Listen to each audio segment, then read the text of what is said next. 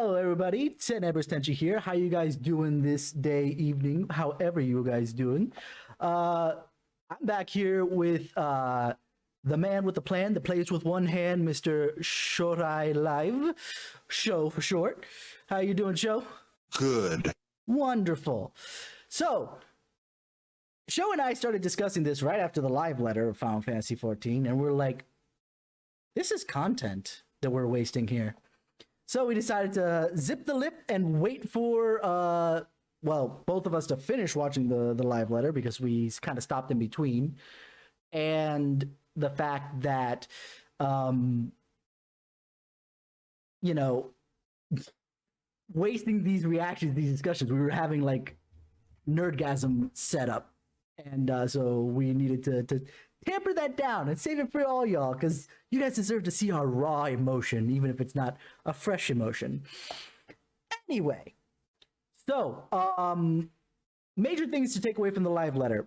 We're going to mostly talk about the battle stuff, although I do want to get into some of the Disciple of Hand and Land change, something major and specific.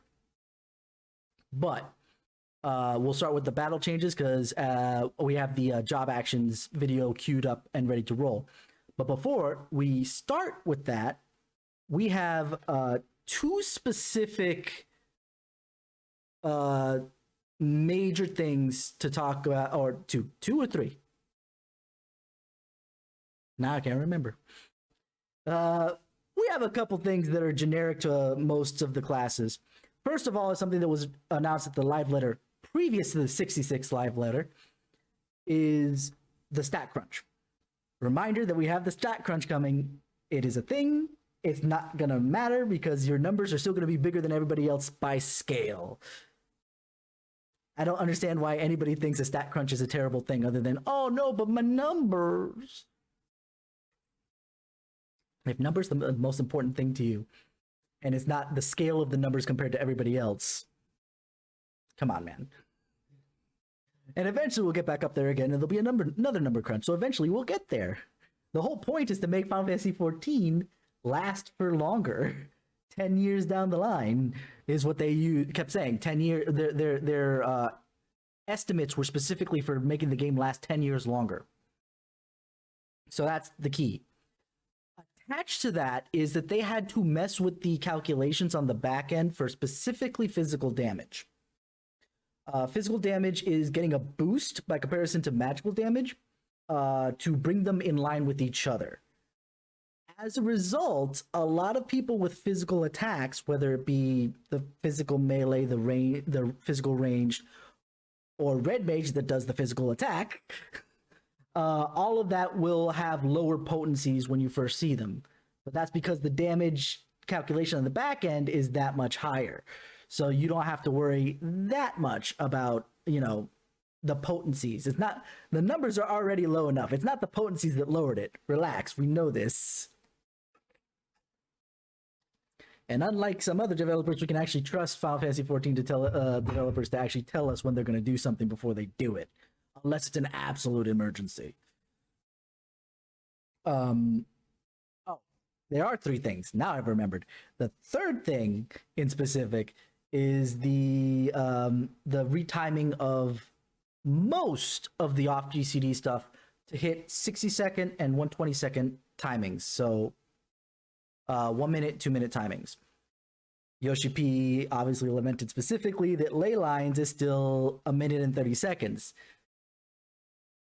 And I know he's joking, but even while he was saying it, I was kind of like, but Yoshi P, that's still, like, if you're thinking of a tempo, it's all, everything you've said is 1 minute tempo. That's just half time. That's 1.5 time. That's it. It's not like it's, you know, freaking, what, 1 1/4 time or 1 3/4 time. And you're just like, this is all messed up and now it's not lining up at all. The next time it comes around again, it'll land right there, right on the minute timer, because it's another half.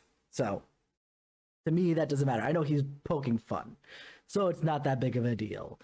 But those were the major things that kind of affected all, well, except for the physical thing, obviously not all classes. But the only other thing that was to the entirety of a role was healers. Their attacking magic is cast time is going to get reduced to 1.5.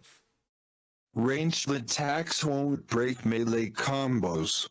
Ah, yes, I skipped over that one too. Correct. So, yes, the healers have their attacking spells now going down to 1.5 to allow them to move a little bit more, have better range of motion. And as Shou mentioned, their melee combos, all melee user combos do not get interrupted by ranged attacks.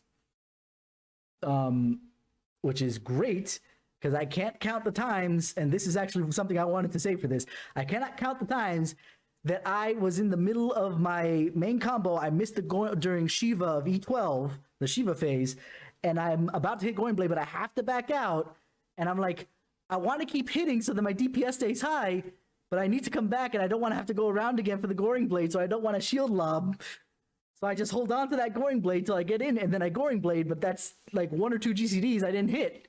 And it's just like, but now I can actually will be able to shield lob, and it doesn't interrupt my combo flow. But that goes for every melee. I spoke from the point of view of Paladin in that case, but it goes across all melee.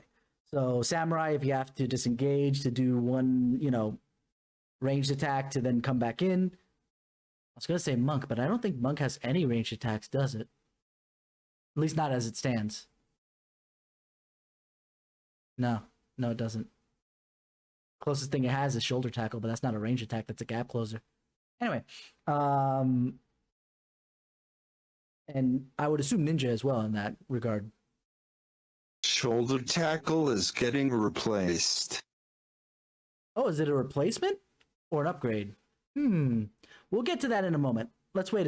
Let's stick a pin in that one, because let's actually take a look at the job actions. What we're gonna do, we're gonna watch each job do its actions, stop it there, discuss not only what we saw as far as the actions that have been done, any new actions that are in place, and also discuss whatever was in the live letter specifically for each job regarding those whatever actions, if there's something specific that they mentioned. So here we go.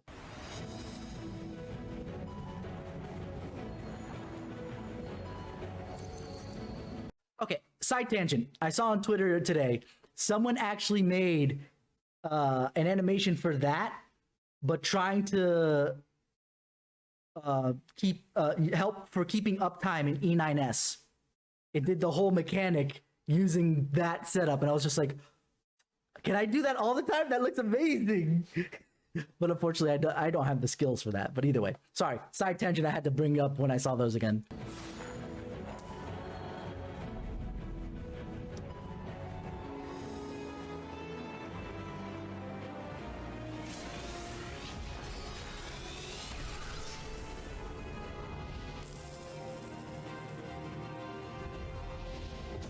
So first off, Dragoon.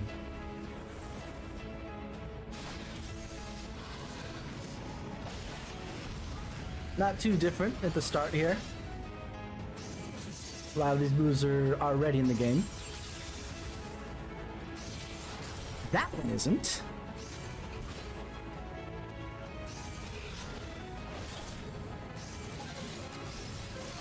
I don't know if that's an upgrade or a new animation for that one, because that's a little bit different too.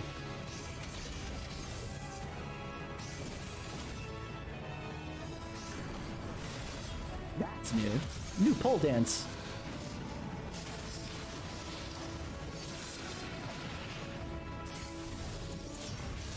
Starfire dive. That's cool. Okay, we'll stop there for a second. So, first off, and this is not the only time that we'll say this, but their constant buff, for the one that we had to keep uptime for on Dragoon, Blood of the Dragon, will now be a trait. You don't have to actually apply it at the start anymore. It'll always be on. The only one that the timer is there for is specifically Life of the Dragon. So we're good. You don't have to worry about dropping your eyes or anything. Wonderful. I love it. So they've extended the AoE combo, and they said something about extending combos. It's like, isn't Dragoon like one of the ones with the longest combo already? Because you have to go 1, 2, 3. The way I do my combo, so it's 1, 2, 3. I guess let's say 4, 5, right? 1, 6, 7, 4, 5, 5, 4, and then 1 again, and it's one of the longest combos. Dragoons is like 15. Exactly. So when they said adding more to the combo, I'm like, I thought you're shaving stuff. Dragoons are the ones with the longest freaking combo. But it is getting 2 charges of Spine Shatter Dive, so good for mobility. That's great. I know that's one of the things that I kept hearing from my Dragoons as I keep raiding is, I don't have Spine Shatter Dive up for this. And when they're trying to gap close to get in because they only had 1. Now they're going to get 2 charges and they can adjust for that, which is good. But this one here, I'm going to play it again real quick. I'm just going to lower the volume a bit. That is not the same animation as what I'm thinking it is, but I think it might be just like an upgrade for it, right? It's not the same sound effect either. It sounds similar, but either way. I have a feeling it's just an upgrade, though, rather than a new one. Which, oh my god, if it's a new one on top of the one that's before, Jesus, all the cherry blossoms. It's not even the samurai or ninja, come on! Why is that the Dragoon with all those freaking cherry blossoms? To be fair, the samurai does have cherry blossoms too. We know this. Anyway, unfortunately, Shou and I are not Dragoons by trade. We have leveled Dragoon to 80, but mostly just because of our own compulsive leveling disorder that we have. So we're not as familiar with the moves. But I can say, as a person who at least mains Black Mage as his main DPS role, that keeping up Life of the Dragon is probably a pain enough. So, or not Life, Blood of the Dragon. So that adjustment to trait is probably going to be a huge thing, and I'm excited for Dragoons on that one. Heck, I remember one of our Dragoons being so good. I can't wait to see what she can pull off later on. All right, so let's see who we got next. Warrior. Huh.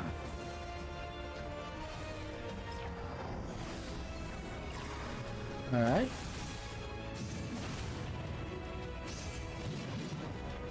Nothing very fancy quite yet. Although there is something technically fancy about it, but I'm not going to talk about it until after we finish.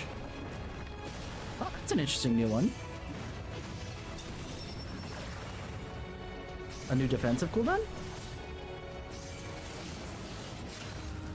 Decimate.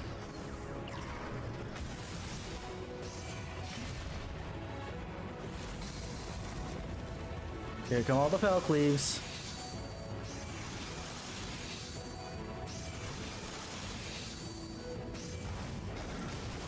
Wait! Did Warriors just take freaking Blood Spiller from Dark Knights there? The hell was that? Okay. So, one of the things for Warrior that they mentioned is obviously the range not... They kept repeating that thing. Ranged attacks does not interrupt your melee combo. Every single time there was a melee class they were talking about, they kept saying that over and over. So I might as well repeat it anyway. But I'll keep it succinct. Secondly, 2 of Warrior's moves that used to use gauge, specifically the Gap Closer, and I think Upheaval was the other one that they mentioned. Both of those will no longer cost gauge. Upheaval I'm a little mixed on. I think that either needs a nerf in the amount of damage it could do, or maybe a lengthening in the amount of cooldown that it has to adjust for that. But Onslaught, the gap closer, yeah, no. Literally, it was the only tank without having a gap closer with charges. It needed to use Gage for that. That was a pain. And I wasn't even a warrior. My main tank was a warrior. I couldn't play warrior. I played every other tank this expansion for raid. So every single time I decided to do warrior on the off, just to kind of like mess with it, that drove me nuts. So that's a great change. It looks like we have a new defensive cooldown, but that's not the only thing that that's not the only class that gets that, or only warrior class. And a new strike. Is it here? No, sorry. That's just Fell Cleave. Where was it? That's the defensive one. Look. The defensive one almost makes me think of Sheltron. I have a feeling it's going to be very similar. Actually, speaking of which, did it cost Gage? It did not. Okay.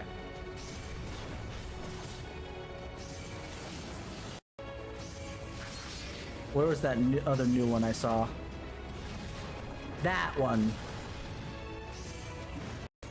That used Gage, didn't it? No, it did not. That's interesting. I'm actually curious about that one. There's not that much they changed for Warrior in particular, so I guess other than those cool new moves and specifically those two moves that no longer use Gage, not much is going to change. One of the things they did say is that they're trying to just enhance. They're not making any major changes where they don't need to. Keep that phrasing in mind, where they don't need to. Moving on. Because there is a class out there. All right, so let's go to the next thing, which seems to be Red Mage, but I want to make sure that I don't skip over anybody. It is the Red Mage, so here we go.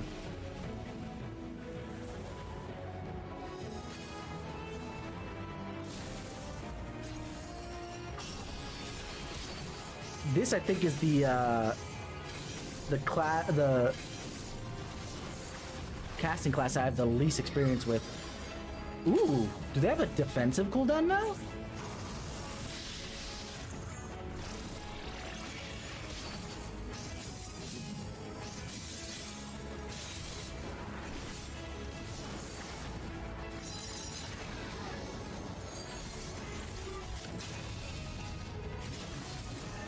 Oh, that's new.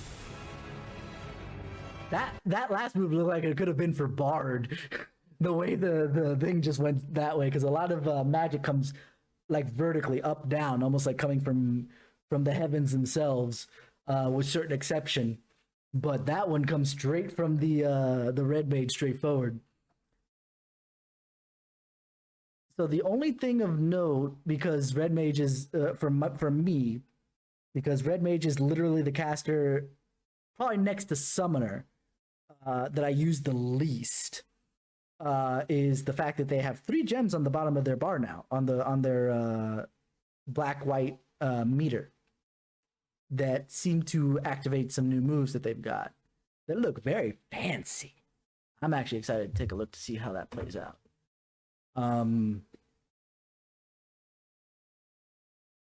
said earlier that possibly Red Mage's combo will get nerfed potency-wise, but I'm not sure if that actually counts. Oh no, we'll have to see.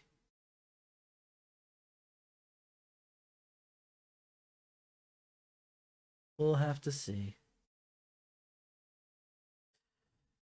Well, unfortunately, do you have any more experience than I do in Red Mage Show?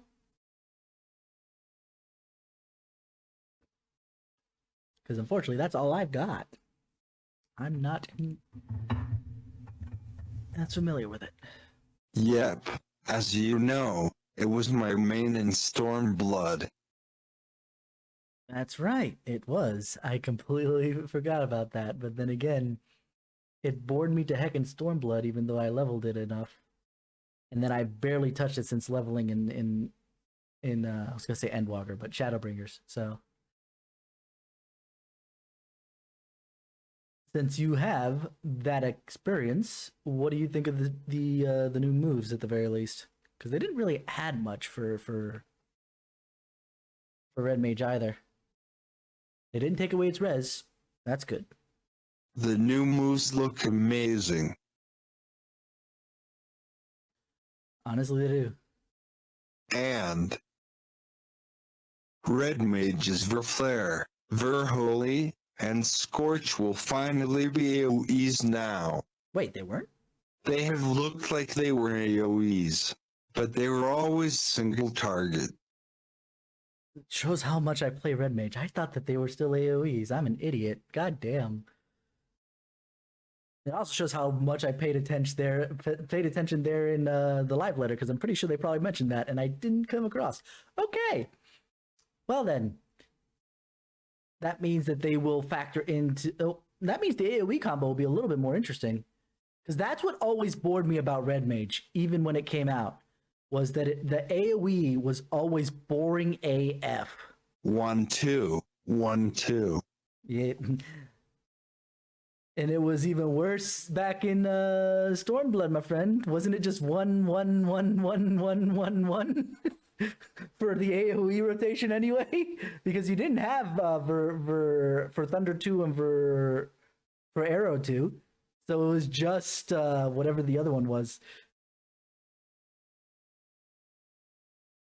It was at least a little bit more interesting in Shadowbringers, but it's still boring AF. I still think the king of AoE still goes to Black Mage, but that's personal preference talking. I think that's about it that we have to mention on the Red Mage, though. So let's get a move on. Okay, I think, yeah. Perfect. Oh, my main healer, Scala. Okay, lots of parry movement, as per usual. Yes.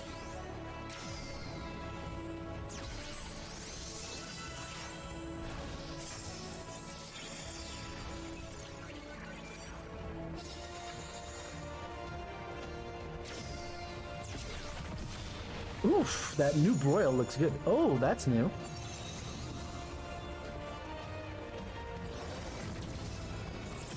The memes on that. Okay, so Scholar's Gap Closer looks amazing. yes, the memes, yes. And what makes it worse is the fact that we see what Sage can do later, and it's just like, but really? So,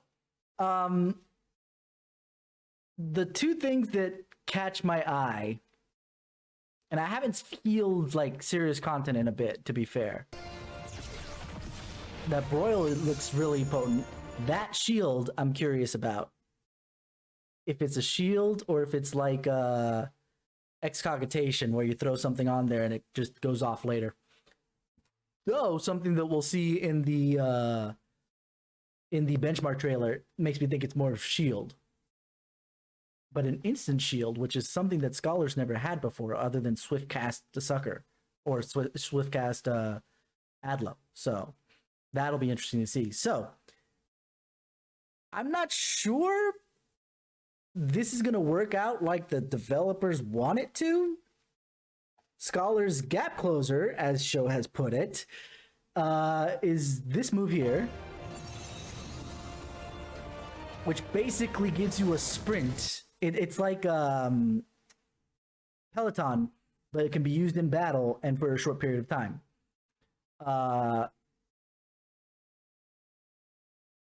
I think at best, like, my issue with it is less that it exists.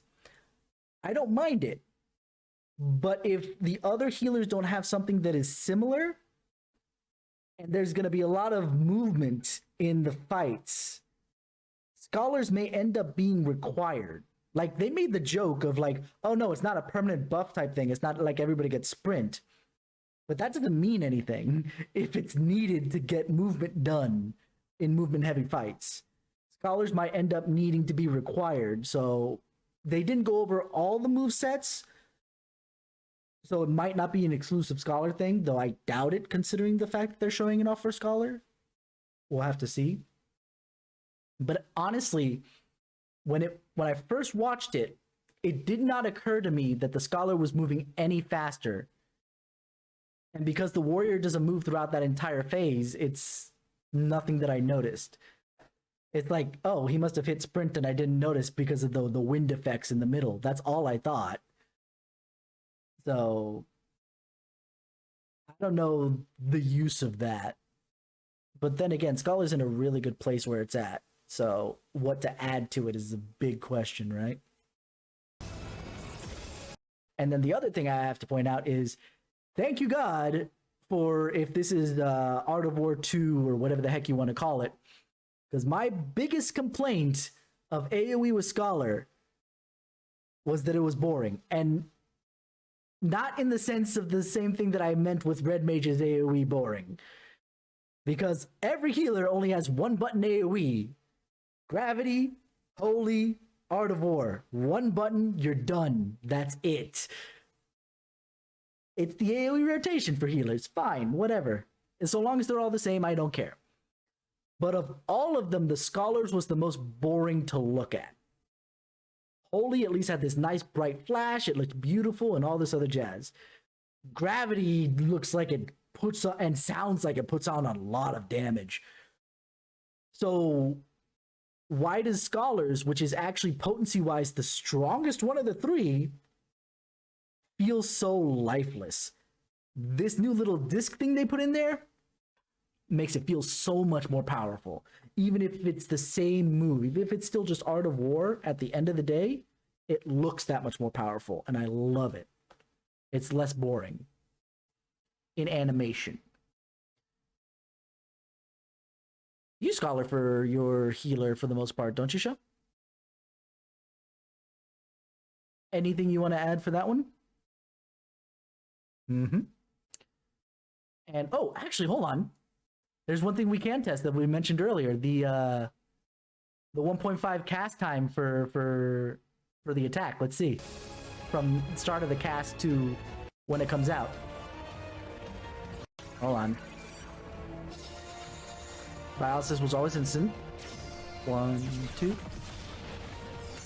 Yep, about 1.5. It's hard to tell without seeing, but it's about accurate. So, but obviously because we didn't see anything with, now that I think about it, with your thick fairy with 2 C's. I'm forgetting her name right now, but your temporary thick fairy. Either they're holding that back, which they might be, or there's not really much that's been added to her, which would be a shame. But either way, let's see what's up next. Let's see, can I guess from this one frame? I'm gonna say Dark Knight. Roll it, because I haven't memorized. I promise, I have not memorized the order of this. I've only seen this video like twice. Yeah, I got it. I saw the little spikes at the top. My technically more main tank.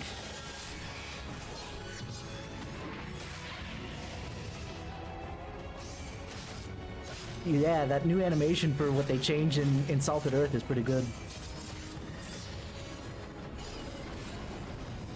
Ooh, new AoE. Blackest Night.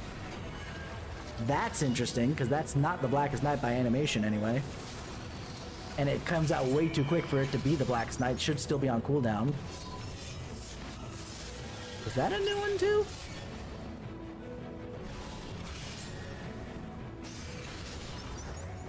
I feel like that's a new one there. What did he do there? Okay, stop. Stop before we get to Dancer, because that one's a little bit clearer that it's Dancer. So, as I mentioned, the Blackest Night seems to come out a little bit sooner on the White Mage there, so I don't think that's the Blackest Night. But he also... Okay, let's start with the first thing I commented on. So, Salted Earth now is a point-blank AoE. You only put it down where you are at. My issue with that was that I could always pre-place it to where the boss is going to end up moving. So now I have to make sure I move to where I want to place it. Honestly, small potatoes, because in the cases of, because I always had two macros, one that put it on me for stuff like E7S, where the boss was off the platform, so I can't use a targeted boss macro. And then I have my targeted boss macro. Now I don't, number one, I can't use a macro, but now I don't have to in technicality. So it's kind of like a small potatoes thing. But the animation makes it very clear that it's specifically there, because it's added, instead of shooting out, it shoots down. He smacks the floor like Art of War style. And then the other thing that I noticed, other than that fake the Blackest Night, was, is it here? There.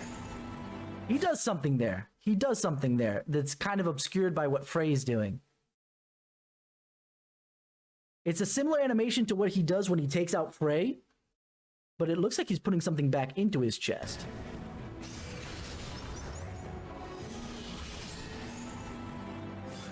I'm curious to what that does. I'm gonna assume it's either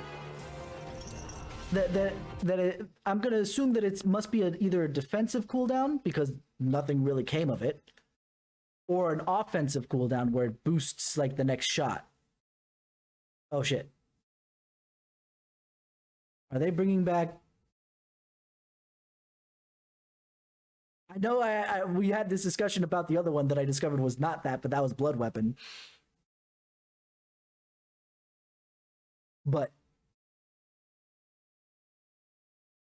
Dark Arts? no, please don't bring back Dark Arts. Please don't bring back Dark Arts. That was something that died back in Heavensward, and rightly so. Because you ended up having to use it between every single move. You could not double weave, because you could only use single weave, as you were already Dark Artsing between every single move as it was. Holy snaps. It was ridiculous, and I'm glad they got rid of it. I'm going to pray that if it is an offensive cooldown, it's an offensive cooldown of the vein of fight or flight, where it's just you turn it on once and then it lasts its cooldown and you're done until it comes around again. But I'm actually more thinking, because thinking from an animation perspective, to grab something and like put it back into your chest, and it's not him grabbing Frey out of the air to get rid of Frey for a boost, which would have been awesome, right? Come back here. But obviously that's not the case. So it must be just absorbing more power for like a defensive, is what I'm assuming based on the animation. But they didn't discuss anything of that. The only thing they discussed with Dark Knight was specifically that around the melee thing again, the melee range. And I can't remember anything else of note. Let us know down in the comments, just because I probably forgot something. Who knows? All right, let's go to the club.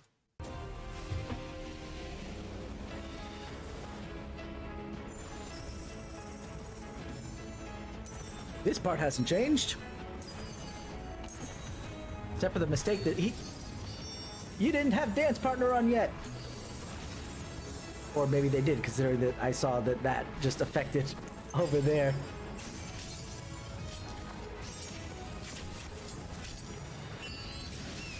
Woof. That looks fancy.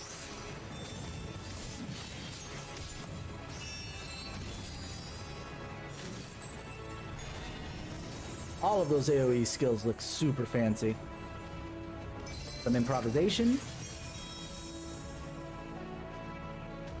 Huh. So most of that stuff looks like cool upgrades. In specific, I'm trying to think.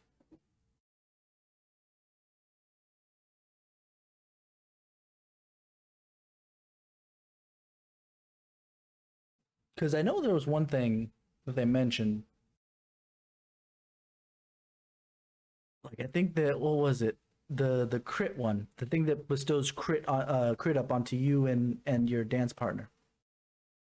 I'm forgetting its name right now because I don't dance.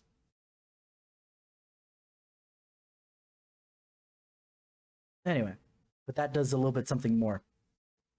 And I actually am, because I know the animation. I saw it. It was near the beginning.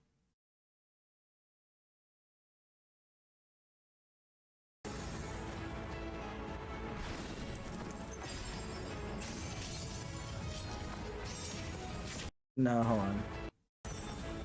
So here's the dancing.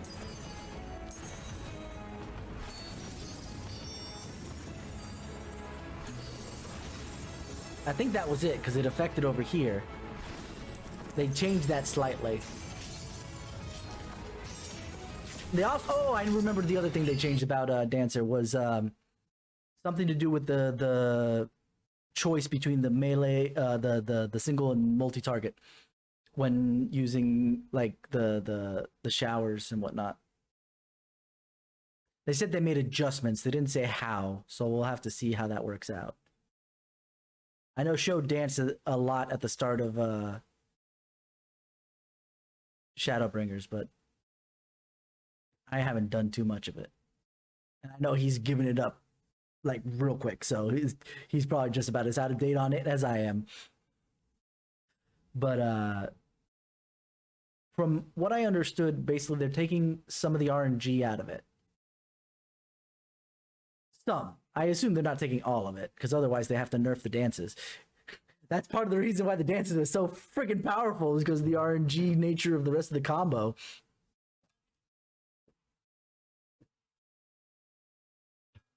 Oh, and one other thing I just remembered is that I think the dances, specifically technical step, will guarantee a spirit gain for the hits that the dancer does.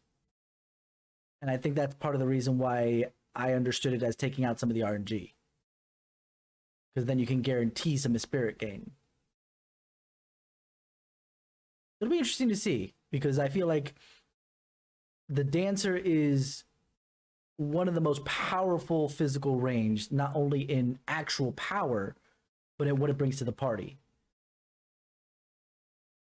So we'll have to see what it does. Again, leave your thoughts down in the comments if we're overlooking something cool about Dancer that we who do not dance, we can dance if we want to, but we don't want to. Next up, speaking of physical range that don't bring anything to the party because they're selfish as heck, the Machinist. Like, the reason I brought up Dancer being super powerful is because they were really strong and they bring a lot of party utility. Party strengthening. Whereas Machinist, on the other hand, does none of that second part. So here we go. Fire Blaster.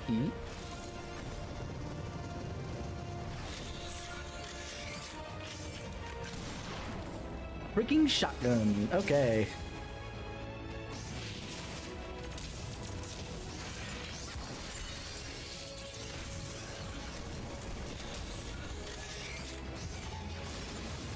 Oh, that looks cool too.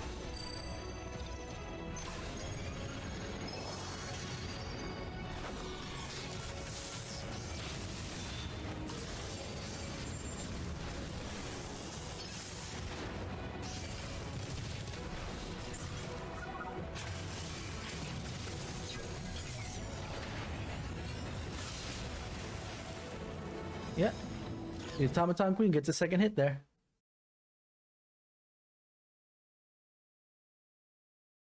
Let's not tell Corona about Machinist. Yeah, I was gonna bring that up because it actually brings up another point. I didn't see it throughout that entire thing, despite the fact they mentioned it. Did you see it? I missed it. I need to go see it again. So what we're discussing here is, for those of you who are unaware of our other little thing of being enamored with VTubers in general, and usually specifically HoloLive, the VTuber in specific that Shou's mentioned is Inugami Korone, who freaking loves the Doom Chainsaw. Like, I say specifically Doom Chainsaw only because I really only seen her use the chainsaw in Doom most of the time. But I bet you in any game that she plays, if she finds the chainsaw, she's using the chainsaw. So, yeah. One of the things they mentioned was bringing the chainsaw to Machinist, which brings it in line even more so with the idea of machinist that was basically Edgar in Final Fantasy VI. Because a lot of his tools that he used, drill, we've had. Flamethrower, we've had. Bioblaster was his. All this stuff was his moves. They just added them here when they redesigned Machinist when it came to Shadowbringers in specific. Air Anchor. Air Anchor as well, yes. All of that is Edgar's move. Go play Final Fantasy VI. It's coming out in a Pixel remake that I've already pre-ordered because I bought 1 through 6 Pixel remakes, and I'll play them on stream at some point, but not now. Now we're talking about 14. Point being is that when they redesigned Machinist after Heaven's Ward, like basically Heaven's Ward's Machinist was pretty good. For everything that it had was designed around itself. It was working perfectly. It broke Bard as a result of it, or at least broke Bard as far as most people think of Bard from both 2.0 and then after 3.0. It broke Bard because it tried to mesh the two together, which didn't work out. When they tried to fix it for 4.0, they broke it. I don't know what they did, but they broke it. It was even worse than ever before. But then when they brought in a lot of the stuff they did in Shadowbringers, a lot of it was Edgar stuff, and a lot of it works so well. Just, mwah. Honestly, I love playing Bard, even now, to some degree. Not as much as I liked it in Heavensward, but that I'm the weird one. I understand this. That's fine. As far as me versus the majority, I know that Shou shares my love for Heavensward Bard. I'm very much aware of this. But we're the weird ones here. We understand this, but we loved Heavensward Bard. But I still like Bard in its current incarnation. I didn't like it that much in 4.0, to be fair, but 5.0 is great. But Machinist is my jam in 5.0 for all the physical ranged. I love Machinist. The only reason I don't play it so much is I like bringing party utility when I do physical ranged, and Machinist is the only one that doesn't do that. It is the physical ranged Samurai, Black Mage. Yeah, no, those are the only two I can say. Basically, they bring nothing else. They just bring damage. That's it. They do no party utility whatsoever. And that's the only reason I hate Machinist. But that's fine. It's fine because that's its role. We understand it. But okay, let me go looking for the chainsaw now because I missed the chainsaw. I don't know what it was. I caught the shotgun because that was obvious. Oh, the other change, which I'm not sure how this is gonna work out because it feels OP as heck. 2 charges of rebuild or whatever the heck it is, the one that gives you the direct crit. Reassemble. I knew it was re-something. Reassemble. 2 charges of that. That feels OP as heck in my brain, but maybe they nerf something to balance it out. And maybe it just fits more with its thing of I bring nothing but damage. Who knows? Maybe that's what it needs to feel more necessary than Bard and Machinist, is that it needs to bring that much more damage to, you know, wash away the fact it brings no support otherwise. Anyway, back to looking for a chainsaw. Where is it? I gotta say, those new heated... The one good thing that came out of Machinist... Actually, no, it was part of the original Machinist, now I think about it. Was it? No, the heated actions came out of 4.0. And then it was the one thing that came out of 4.0 that I liked, was those heated actions. They looked... Back.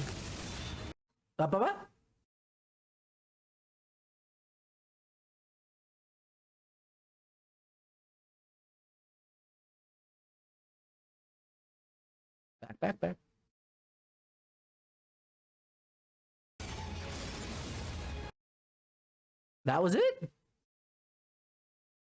I kind of was hoping it was a melee. I'm almost disappointed in that. I mean, granted, none of the physical range have melee strikes, but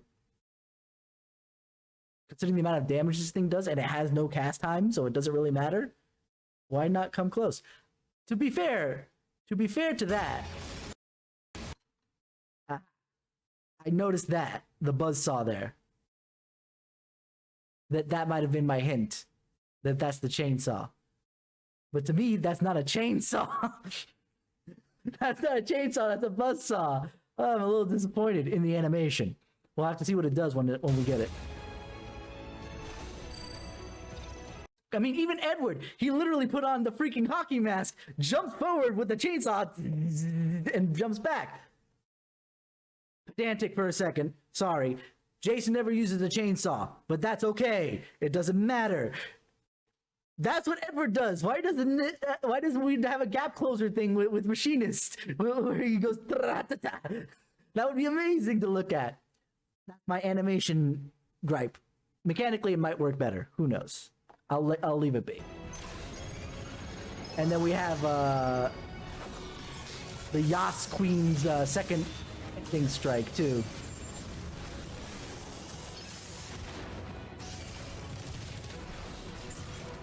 So here's the first one that we already know, Pile Bunker, and then we got this one.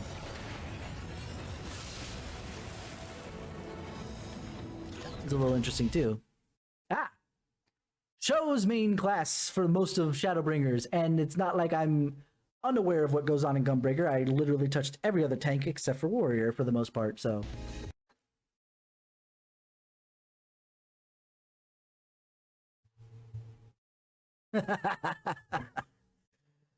You're obsessed.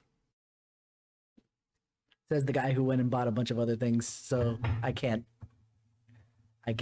judge. Whoa, hold on a second here.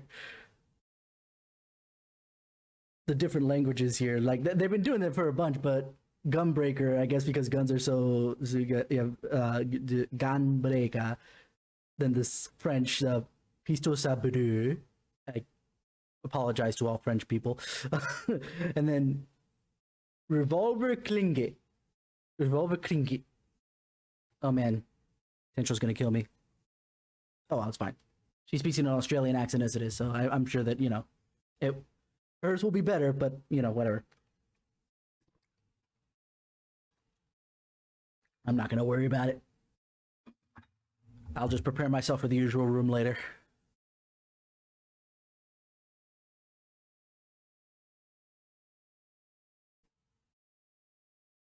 Ready? Let's see what we got. And this is my main. Oh, yeah. And kind of one of my side gigs. So already we got the 3 cartridges. And I got one of my questions answered that I asked a little earlier, now that I remember. That it looks like Bloodfest charges all 3 at one shot. At least, maybe there'll be a trait that does it, but...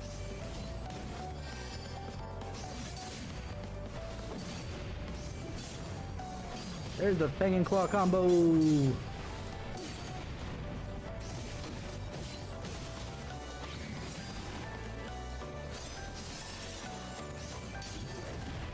That was hard as stone, wasn't it?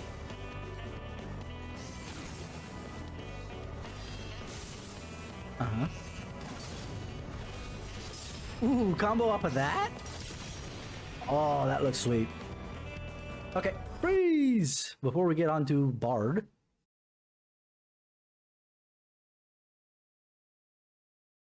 Gunbreaker's Gnashing Fang combo and Dancer's dance steps will now swap in, one after the other, much like how PvP combos work.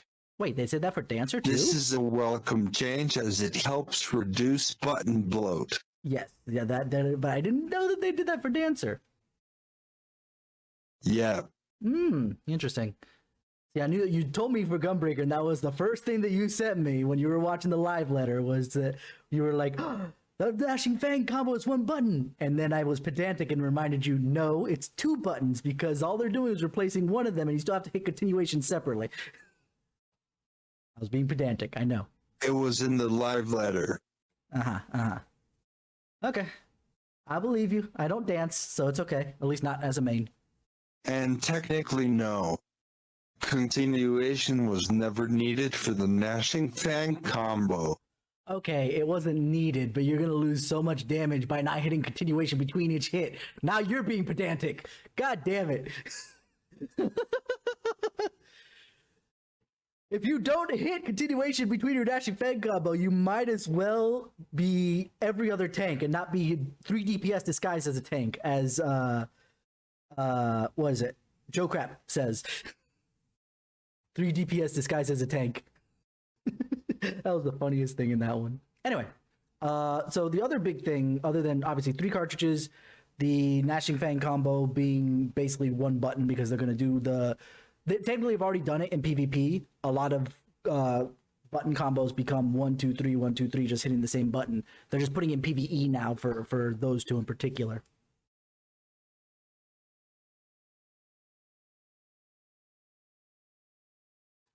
The other thing is that I think that they're making this a continuation from that 1, 2. I'm not sure about that one. But basically, I'm forgetting what that hard slash is called. You who is main, maybe remember it. I just know where it is on my button keyboard. I don't know the name. I'm going to quote Corey. I don't know the names of my moves. I just hit the buttons. I know where it is. Okay, back up. Gotcha. How far back are we going? See, that's Gnashing Fang there. Oh, I got all the way back to the beginning. He's putting on Royal Guard. So let's just start here. You tell me when to stop. I'll look at you.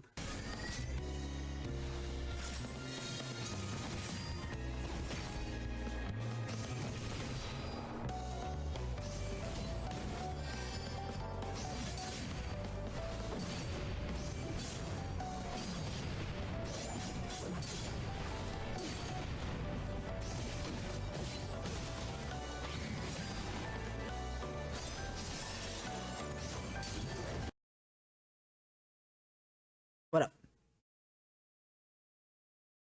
I wonder if it's an upgraded Aurora. You sure that was Aurora, not Heart of Stone? That looks like a shield. Like, I will admit that yes, it looks like an upgraded whichever, right? It looks like it's gotten a little bit bigger because that animation's not the same in either case.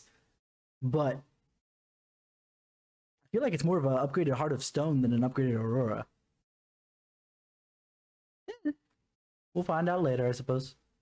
This one, we're spending a lot of time here on Gunbreaker in particular because it shows main. That's the point. And that's why we stopped a little longer on Paladin earlier, and probably we'll stop again on Dark Knight because those are the 2 that I kind of favor. The animation looks like Aurora. Really, though? Hold on, I'll take a look at that again.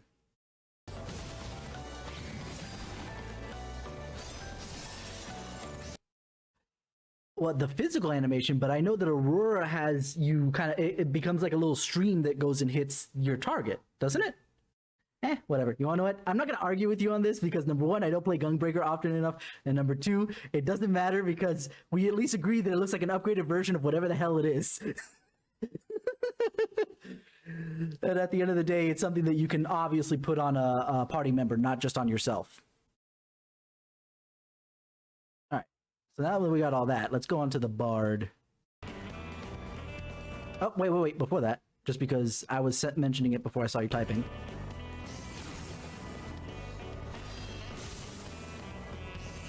Yeah, we have this hit, and then it looks like continuation into that one. And that looks like a... Would that be a 3 hit after 1, 2, 3? Or would it be off the cartridge? Actually, did that expend a cartridge? So that expended 1 cartridge. No cartridge. That expended 2 cartridges! That expended 2 cartridges! So that might be a 1-2 combo using cartridges. You charge up all 3. You spin around with the first one, Rough Divide. No, that's not Rough Divide. I forget what it's called. But it's the first AoE that uses the cartridge, and then you use the second AoE to use the cartridge. The other 2 cartridges, then you got to recharge again. So 1, 2, 1, 2, 1, 2. I guess if you want, if we're going with that 1, 2, 1, 2, 1, 2, 1, 2, then 3, 3, 4. 1, 2, 1, 2, 1, 2, 3, 4. 1, 2, 1, 2, 1, 2, 3, 4 for an AoE rotation. For me, it would be control 1, 2, 1, 2, 1, 2, 3, 4. but control on everything. Got anything on there? Moving on then. The bird. Sorry, I'm distracted again by the languages. Not only is it barred basically in all languages, but apparently English decided to drop the E. I mean, baird, it would probably be if it was actually English, but you know, because you have barde, and I don't know how you pronounce that in German. And then I have no idea what this kanji is, but then you have a person right here, so I'm very curious as to what the rest of this reads off. I know a little bit of kanji, not enough. Leave me alone. Moving on. Let's see what they got. Raging Strikes. Doesn't look like art is gonna change too much, although I am curious about something we'll see later on. I'm curious about something we see now, the extra little thing at the end of the gauge.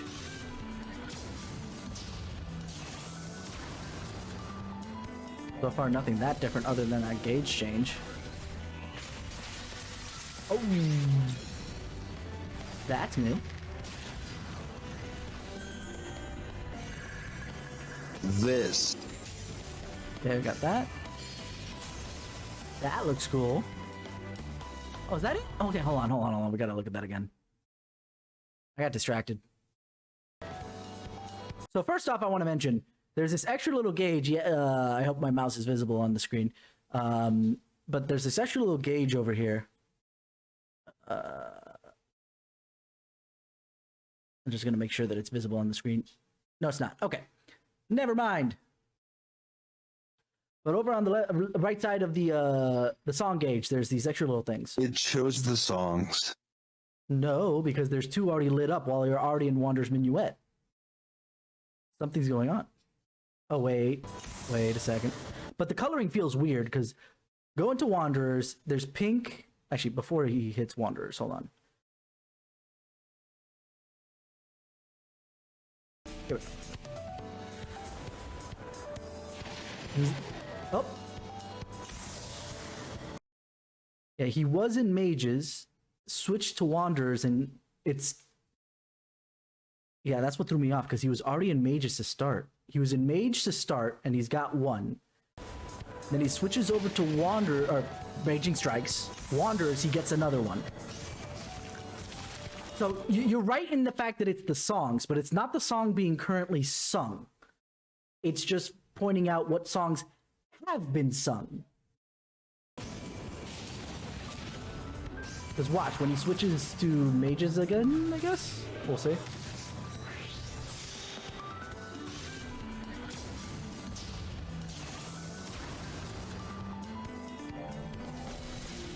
Yeah, no, he switched to Army and he got the third one. So it's what songs have been sung. So you have to go through the song rotation to get each one of those before you can, I guess, do that. Whatever that is. Whatever that was, because it's expended them. And he used Apex at that point. Oh no, I said the word. Where's Ollie? I apologize for all my VTuber references today. I'm weird.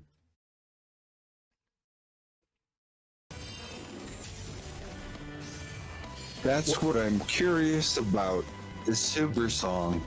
And it is a super song, because look, he's in Army's Payon, nothing's going on. When he expends those, I'm just going to call them lilies for the second, because that's kind of what they are. With the exception of the fact you don't have to wait for them to come around, you can force them.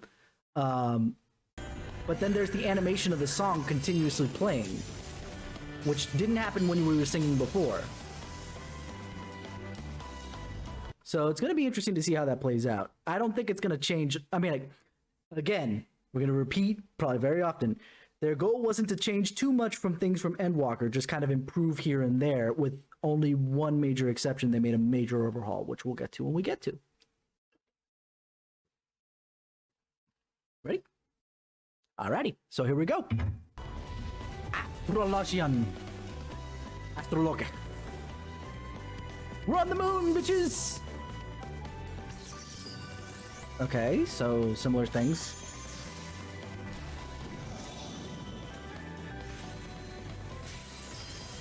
Ooh, upgraded strike, it looks like. Wait, whoa. Was that an AoE use of the cards?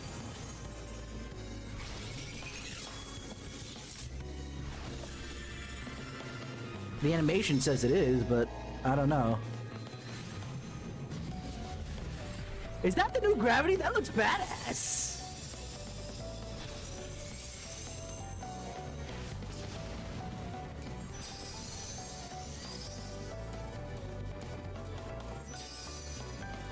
This is one job that needs action swaps, because holy hell right now it's taking up all my bars.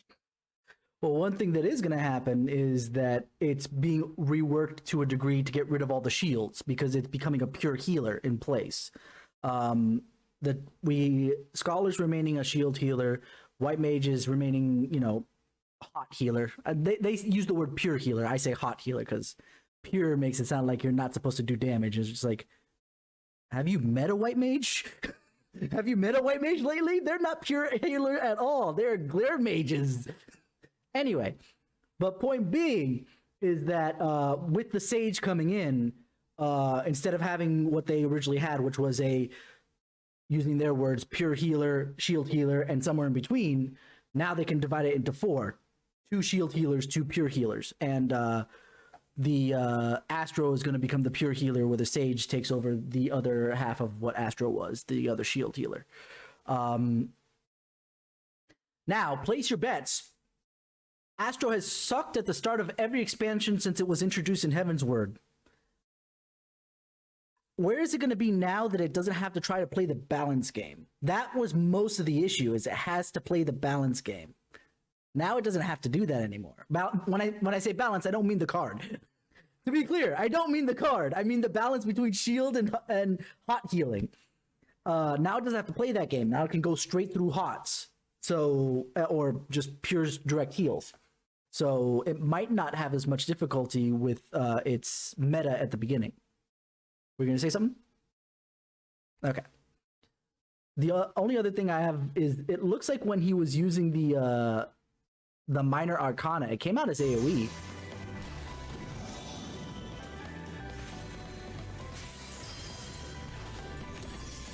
See, right there, that looked like it was an AoE. I wonder if they're upgrading the way that the Minor Arcana work, because both the Lord and the Lady of Shadows or Crowns did that.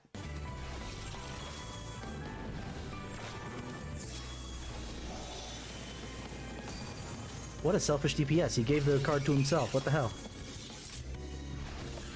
Again, it might not be an AoE. It might be just like, ooh, fancy animation, check me out. But it'd be interesting to see if it's an AoE buff when you do Minor Arcana. Because at the moment, you only use Minor Arcana to not mess up your seals, I believe. I don't play it. Astrologians out there, correct me if I'm wrong. But I think you only play Minor Arcana to not mess up your seals for divination. Otherwise, you keep using the main Arcana, the majors.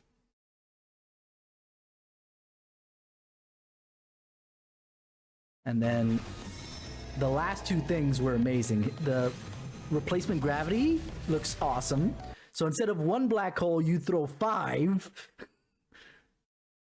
And then you have a star shower, which honestly, I would feel would be like if Astro was a DPS, that should be its freaking AoE.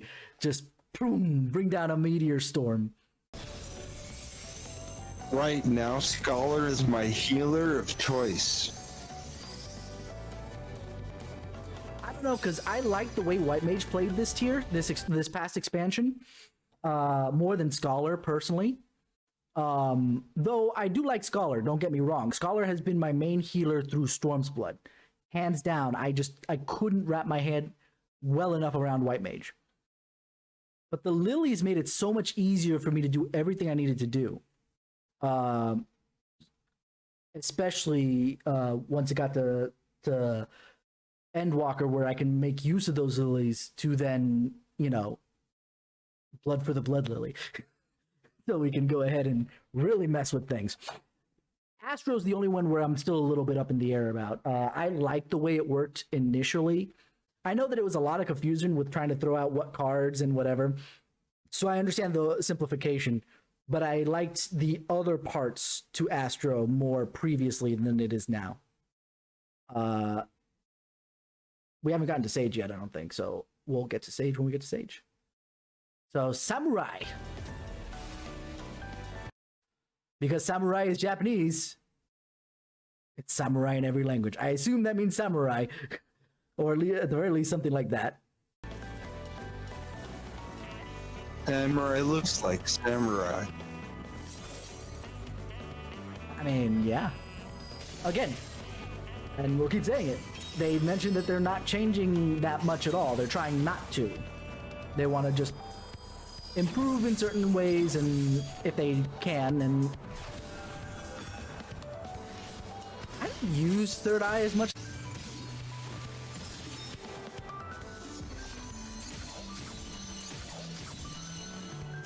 Wait a minute.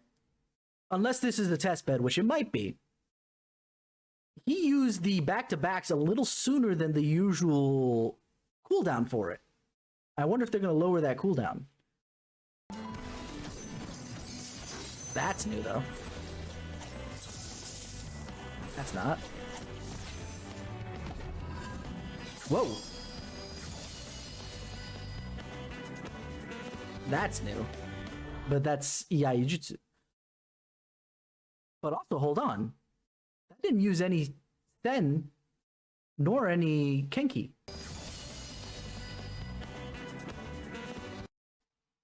So what the heck was that? Was that the stacking of the two? Because once we get through here, he gets the entire Sen. And then he does Setsugeka. 1, 2. He has the 3, which he spends here. He gets more that.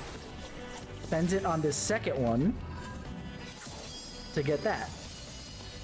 So it looks like you spend some Kenki to be able to use a different move to get to that other Iai Jutsu, which looks even more powerful than Setsugeka. I don't know how that works, but okay, without going LB. By the way, yeah, it doesn't look like it's that different. I mean, like, it is Samurai, and again, they're not changing too much. Got something to say before we move on? Okay, moving on then. The White Mage, White Smasher. Like all hacks, yeah, it's all the lilies and the blood lily at the start.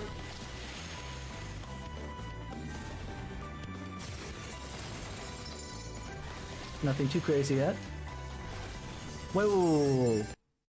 That was a second shield. Hold on. Just threw the first one on the Paladin. Yeah, 1. That's another heal. That's a newer one, I think. That's the new glare. Looks amazing. Puts another one on them. There's the Blood Lily. Afflatus. Oh, wait, they did say they were getting rid of Asylum. Is that the replacement? Because they mentioned White something... Mage is a Bell Mage now. Bell Mage. Yeah, sure, whatever. I mean, don't you mess with those Geomancers. Those bells hurt like a bitch. Anyway. Yeah, they mentioned they were getting rid of Asylum, or at least tweaking it, and I think that might be the replacement, because we don't see Asylum in this thing. Let's see. Oh, another shield. They have another shield that was different.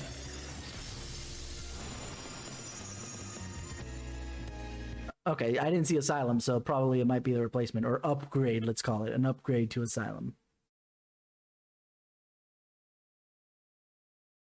And I disagree, they're not a Bell Mage, they're still the Flower Mage. Flower power. They still use all the lilies, and the thing basically looks like still a very lily-ish plant over there. Looks like the bell reacts to AoEs. Was that the only AoE that they did after they put down the bell? Let's see. Latest. 2. Okay, let's see. Sopa. Shield. Oh! It reacts to being attacked.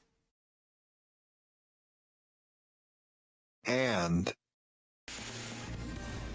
For some reason, I thought that was her casting. And then that one. Go back to the first one again. Yeah, because she starts to cast something at the same time that happened. That's why I missed it. I thought that was her casting something. That's not what happened. Because then she casts Glare here. Or no, whatever the hell this is. Which also hits it. And then it goes. So. It reacts to being hit by an AoE. Because obviously, I'm assuming like all 4 targeted things in general, it won't be targetable. But if it gets clipped by an AoE, as... Oh no, they're giving tanks a reason to stand in AoEs. Why are you standing in AoEs? You're taking damage. Yeah, then your thing will get hit too because you put it right next to me and it explodes and I get healed again. What? What? I say this as a tank, so... Anything else you got before we hit Ninja? Ninja! Again, Japanese word, so ninja in all languages. Let's see. Yeah, they changed up the way some of the jutsus work. As you noticed, they did a hit that automatically went not into... something I play often. You don't play that often, no. Especially with the complexities of the ninjutsu.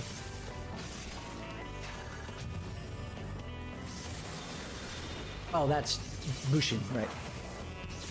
I used to play ninja a bunch. I don't play as much anymore. That's one of the new things, which is really cool. That's cool too. Ninja has a gap closer that's not freaking...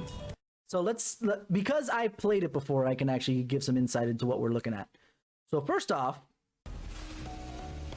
instead of having to hit the 1, 2, 3 to get Hutong, there seems to be just a strike that you can do to get it started, which is good. I just hope it's on a large enough cooldown to punish you losing it anyway. You have 60 seconds. There's no excuse. Anyway. Tenshi Jin. Nothing really different here.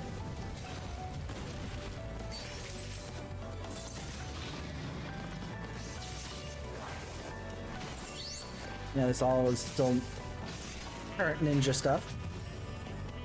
Including that, because that's Bushin.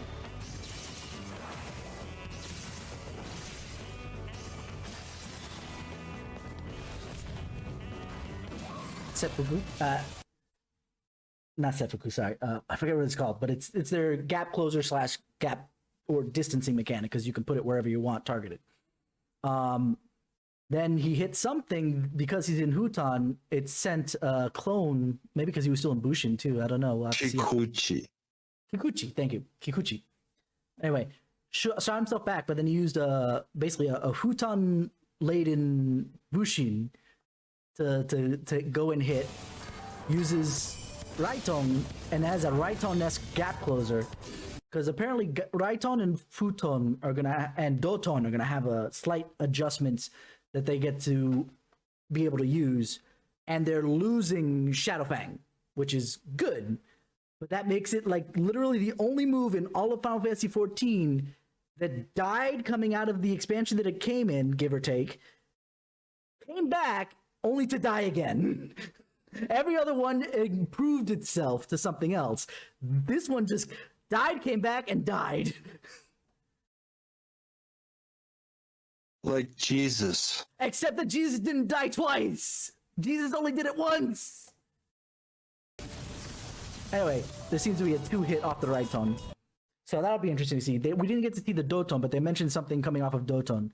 They didn't mention Katon or Hyoton at all, but I assume that that's because they're still going to be boosted off of Kasatsu as they are now. That part's not going to change. Because we didn't see Kasatsu, did we? Let me just make sure of that before the Huton. The Huton. We definitely didn't see it before the Raiton. Okay, so here we are. Oh, no, that's the Raiton. Back up. Nope, no Kasatsu before the Futon maneuver. No Kasatsu before the Raiton. So yeah, the Kasatsu will still only apply to the Hyoton and the Katon. My DPS of choice for the most part, like Ninja's my physical DPS of choice, hands down. My melee, like this is what I do. This is what I do. Just to make this very clear, I have my mains. I usually change them. This past expansion, I was tank, basically purely anything but warrior. I didn't do Gunbreaker all that often, but I did do Dark Knight the most, and then Paladin right afterwards. But then I'll have my mains in each role so that I can go as whatever the hell I damn well please in dungeons and other content to help people out. So, melee, ninja. Physical range was between Bard and Machinist, depending on how I was feeling that day. Healer was mostly Scholar, but I was, like I said, I was getting used to White Mage enough that I liked it. And Black Mage was my magical. Like, there was no competition for me. Although I did find out that Summoner changed enough for me to be pretty comfortable with it, but Red Mage was a little for me. Ready? Ready, here we go. White Smiter. Wait, so the Schwartz from Spaceballs is just black? Anyway. We're not losing our AoE targeting circle? Okay. Pause. Anino-chan is now a trait. Ah, yes. We mentioned it, I think, before, when we mentioned the other thing that was also been traded. Ah, Blood of the Dragon. But yes, Ino-chan is now a trait. You will no longer lose Ino-chan. She is now with you forevermore. Thank you, God. But it's attached to Astral Fire and Umbral Ice. So if you don't have Astral Fire or Umbral Ice, you do not have Ino-chan. Hands down. But since you've already made me pause, I want to draw your attention to the third little icicle there that is new. So far, nothing really different in what Black Mage does, other than the gauge.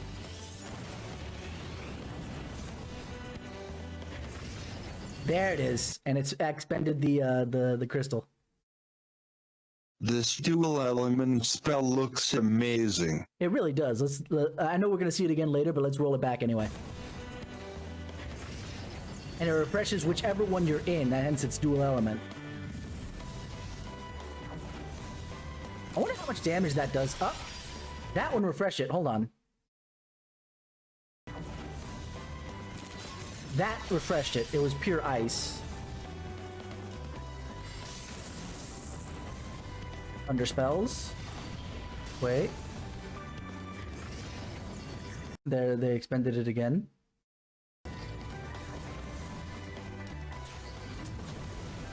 It's like we have a new switching mechanic.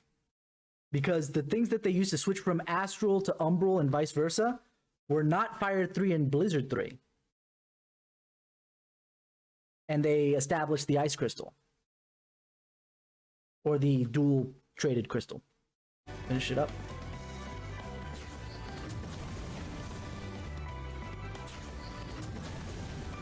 High Fire and High Blizzard Is what they call it in Japan, but we'll find out.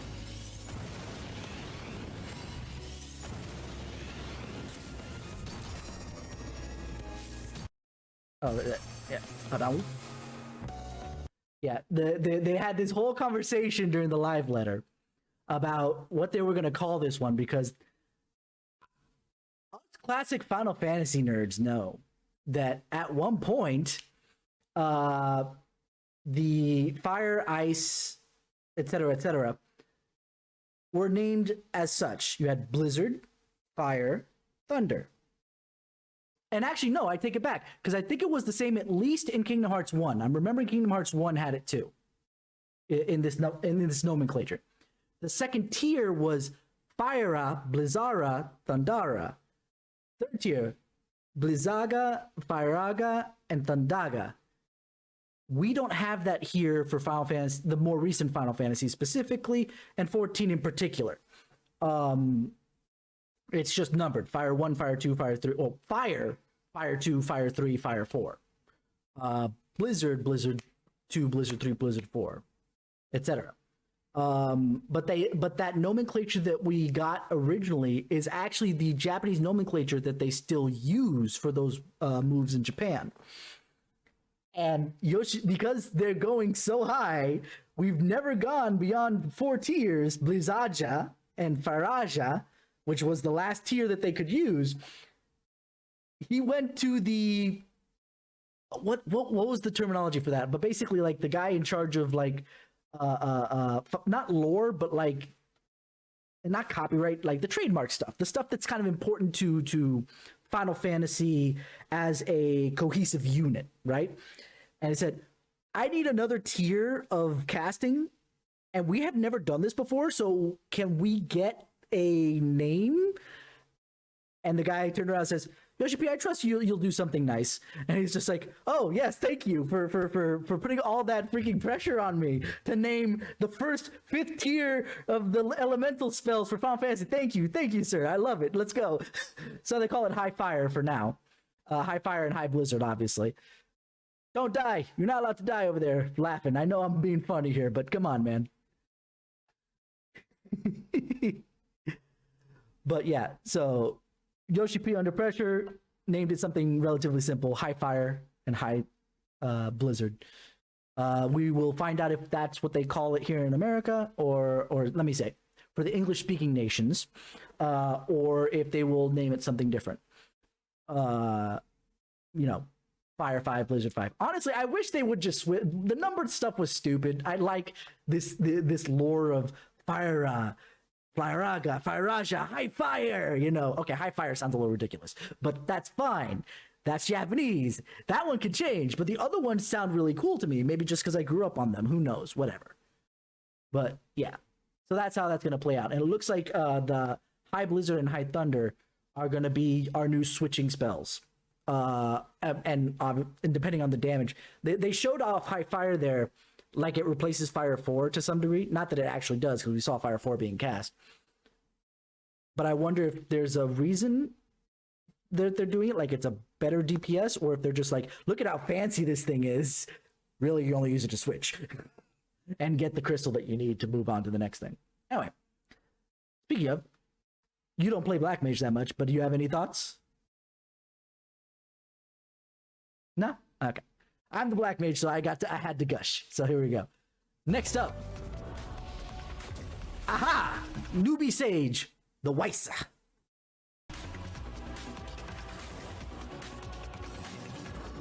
So first and foremost, because I'm not sure if I've ever put it in tweets or whatever, but when I first saw the Sage come out, when it was announced via the trailer with Alphino becoming the Sage, first thing I thought, Gundam. Holy shit, it's the freaking funnels from Gundam. This is amazing. It's new Gundam's freaking funnels, and obviously Char's as well, because he uses it as well. This is amazing. I'm so hyped for it. There's a reason. There is? If I may tangent while Show's typing. I used to love the hell out of Char's counterattack because of New Gundam and I forget what Char's mobile suit's name is, but their fights were amazing. But looking back on it, that movie sucks because they spend half the time building up characters just to kill them off.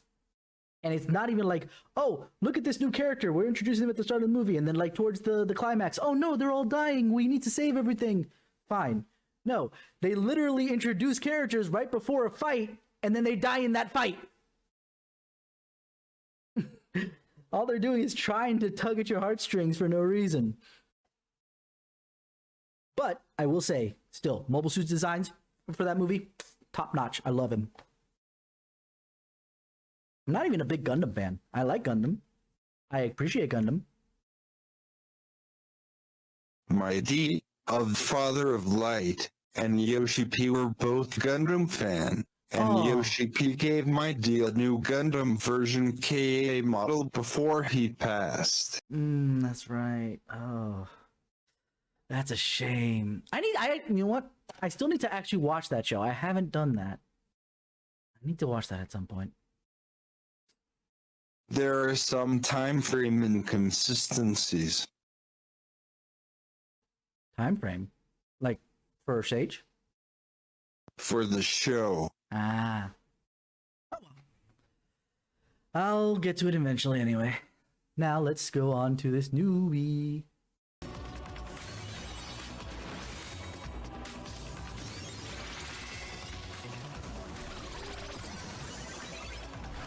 So this has 3 or 4 different gauges, which is kind of strange.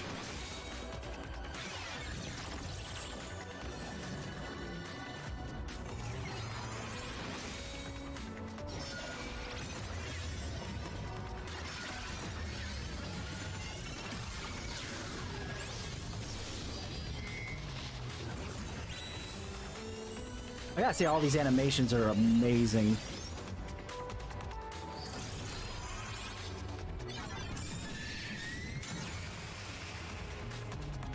Does Sage have 2 AoEs? I'm gonna get really jealous that it has 2 AoEs.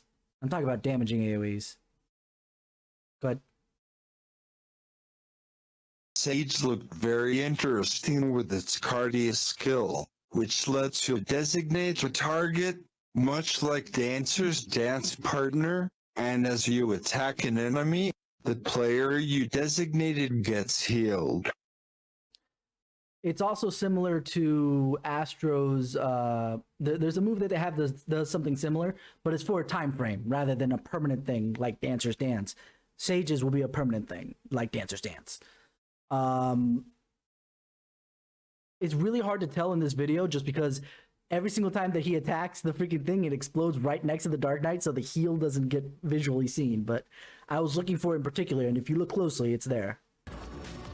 But I see 3 different gauges. You have this one up here, which seems to be just kind of the stacker for this building gauge here, much like the White Mage's Lilies. And then there's these ones down here, which I'm not sure. And then this one seemed to go off when he chose the Dark Knight as his partner. See? Oh no. He did some kind of move. We're going to look at this in a little bit of detail. This is something. He did this move, and this gauge lit up for a second. The one up top. And I'm very interested to see what that does in particular.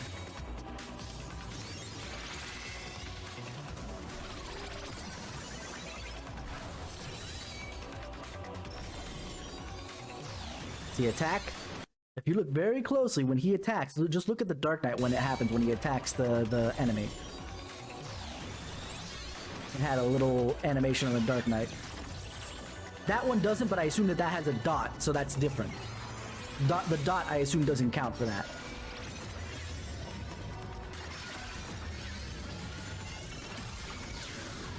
And that one used part of the lower gauge, that attack that he just used.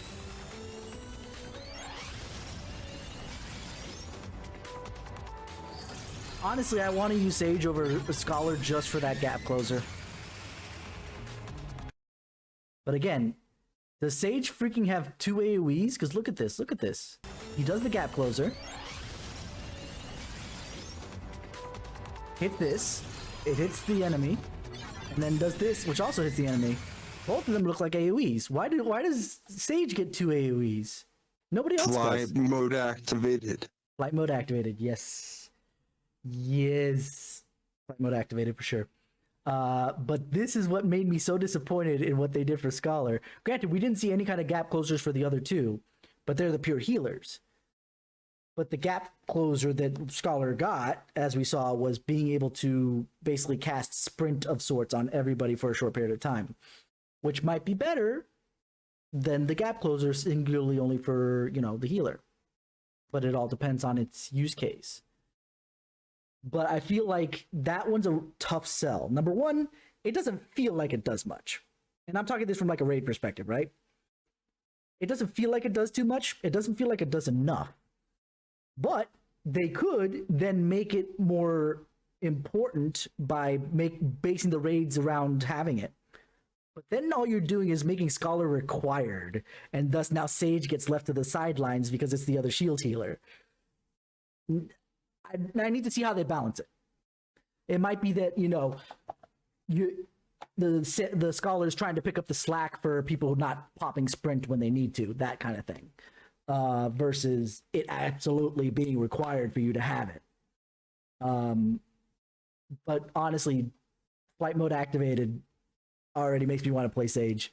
Just it looks so much more fun in that regards to what I saw with Scholar, which is disappointing because I really like Scholar. I still do, but a lot of what I see with the funnels, what are they calling those things? What's the weapon actually called? It's not funnels.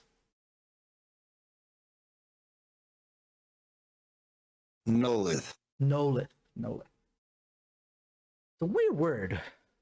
What does Nolith actually mean? I'm gonna look that up real quick. If you know me, if you've been following me for any length of time, you know that I like to look up root words and all this other stuff. You know, it's getting to the point where I might actually believe that it's literally a Final Fantasy original, because I'm not finding anything as far as historicals that isn't Neolith for that word.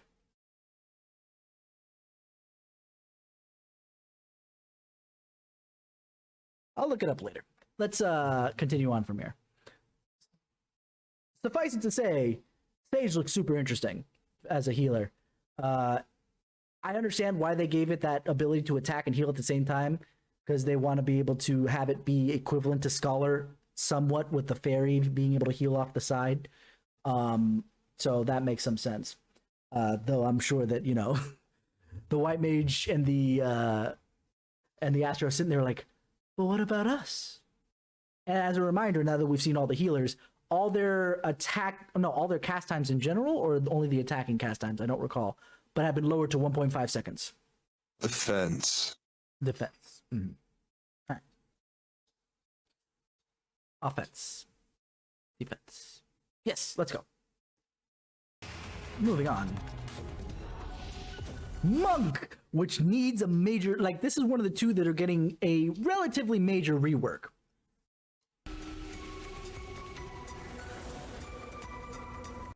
So first off, as we already know, they got rid of the Greased Lightning, and it's now built into Monk. That was done in Endwalker. That's fine. But we have another gauge. Let's go. What's that? Oh, that must be Brotherhood.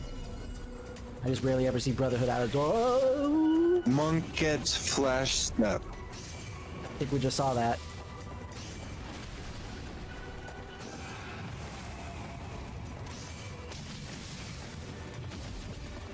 That's it again. They weren't happy with just shoulder tackle. Now they need another thing to make them, like...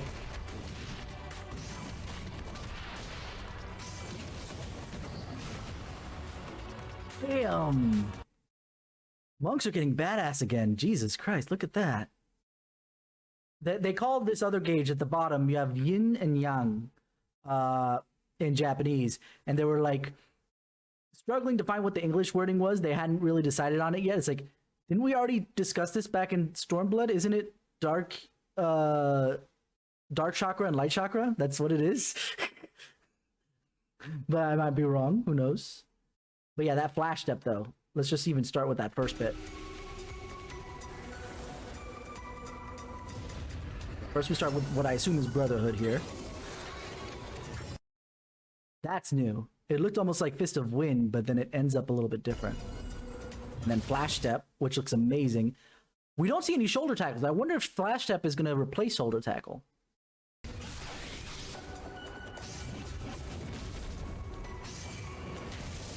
And you see it's getting, I guess, the equivalent of seals here. Wait, was there a counter on there? Oh, yeah, it looks like you have a certain amount of time to expend those seals. Let's see it again here.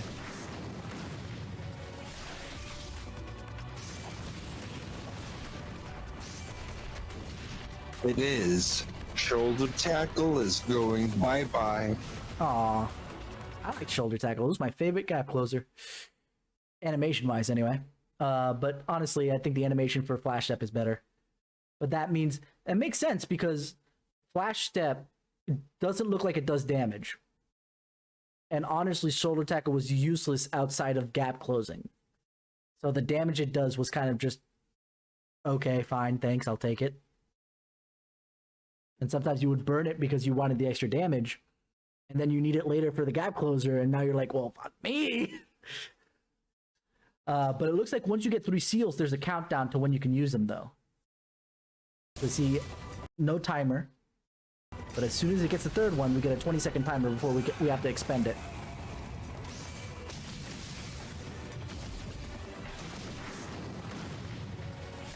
At first, I thought it was only because of the fact that you needed to have the combination of the 3 different kind of seals that we saw. But no, as soon as you get the 3rd one, you get a countdown timer. And that one expended both of the yin and yang. Oh, look, back to back, we get the Summoner. Holy hell. Yeah, back to back, we get the 2 classes with the biggest changes to them. We're not going to comment yet. Let's just watch the Summoner, because the Summoner is a lot easier to see the change. Monk is a little bit more tricky to see anything really big other than the gauge and obviously the new moves. Summoner, on the other hand, is very obvious, so zip it, Shou. You don't get to say anything until we're done watching it. I want to watch it all again.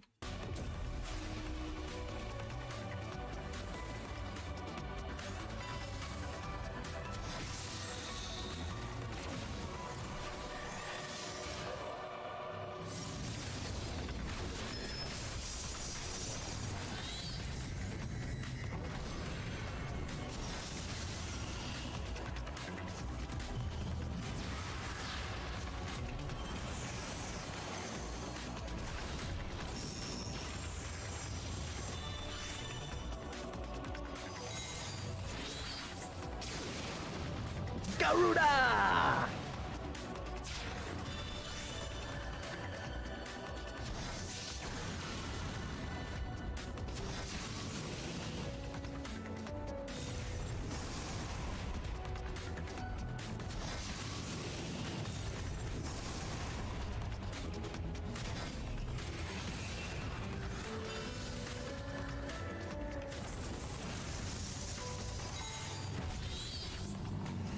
Titan.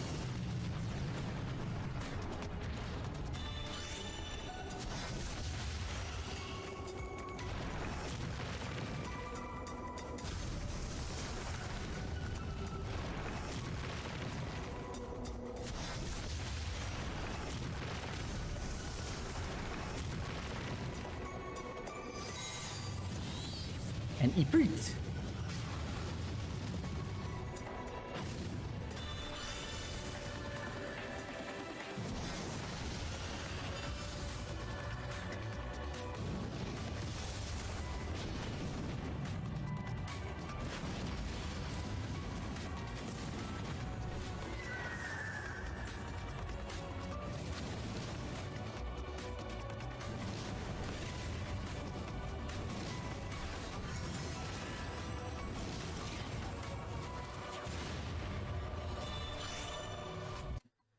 So, before we get to the next one, we do have to comment on the fact that those were not eggy of those primals. And that was freaking long, by the way. Those were really damn close to being the full primals. Go ahead, Shou. Summoner might as well be your new job. They will no longer have dots. This is actually a good thing, as the dots were the reason why I initially dropped the job 8 years ago. Summoners get 3 new summons: Ifrit Ruby, Titan Topaz, and Garuda Emerald. You have to summon them in Bahamut before you can use the 3 new summons, then Phoenix, then the 3 summons. Oh, we didn't see the 3 summons proper then. Because we just got to Phoenix. Okay. But one thing... I shouldn't say one thing. A couple things, obviously. So first off, obviously the fact that we got, like, essentially demi versions of the original 3 big boys. They said that they have to obviously they finally found a lore workaround to not actually be summoning icons, because that we as we've established in the lore, that's a bad thing. We don't want that to happen.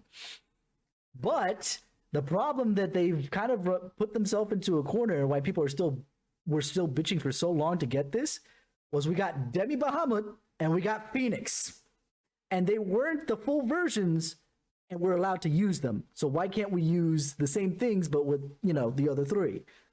Finally, they've come around to it, And I get that lore wise, it didn't make sense to actually have you wielding the icons themselves, because it makes no sense. The primals, icons, whatever you want to call them, but by the same token, then don't give us Demi Bahamut and don't give us the Phoenix, because now you're looking a little silly. But it'll feel like I had actually thought, and I still kind of feel like maybe they might still have a dot somewhere, though they've mentioned that that's not the case, and Shou's sent me screenshots that kind of prove him right. And my counter argument was Black Mage, because Black Mage was never considered a dot mage, yet it had Thunder that applies a dot. So why would they get rid of all the dots on Summoner?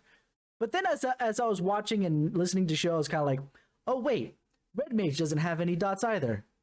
Huh, never mind. I've been countermanded.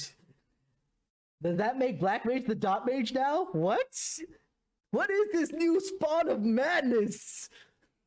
Anyway, but the fact that it makes it look like if there's a negative to this, the Summoner was always the longest rotation out of all the casters, just hands down. Going through a full rotation took like a full 2 minutes, and it looks like they're lengthening it by a little bit more, but it's a lot more visually interesting than it used to be, at the very least. So you feel like you're doing something more, where before you were just establishing your dots, going to, internalizing Bahamut, to summoning Phoenix, and then back again. So visually speaking, it's a lot more interesting to see. And not only do summoners get a gap closer, but they also get a proper, to quote Larry Zor, book smack. Yes. No, and it makes sense that their book smack is that much more, savage than the freaking scholars, because honestly, they're the DPS. They need that book smack more than almost anybody else. Though that gap closer was actually super surprising to me. Let's see that again.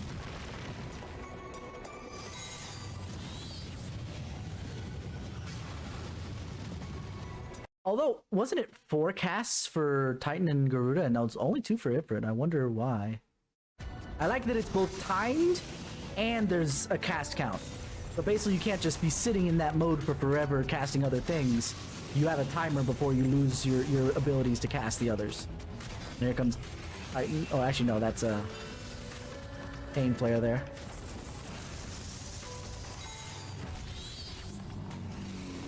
Yeah, there's 4 for Titan. Although I will note, it's very interesting. It looks like they still cast multiple, because there's 1 cast there, 1 there, but that didn't count it down.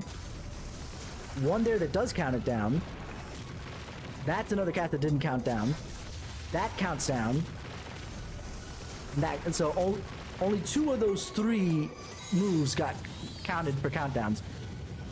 I'm going to assume that either this was a mistake or maybe programmed in on purpose to make this long ass section, as it already is, a little shorter for the freaking trailer, the job actions trailer. Or it's either that, or the other option is that Ifrit's hits are that much more powerful than the other 2. Go ahead.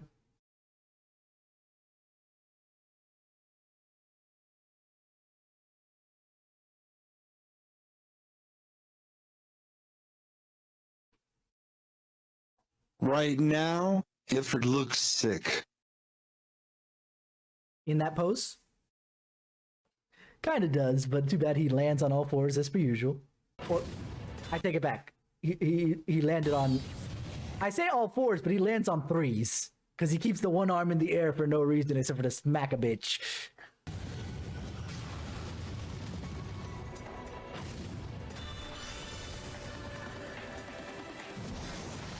So that counts as a cast. So does that.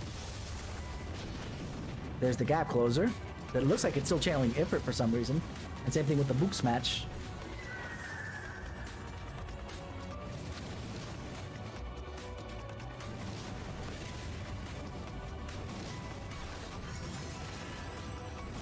I do like the fact that you have more of a reason to cycle through each summon now. Because before you would just basically keep one out and just leave it there for however long. Good. Roll it back.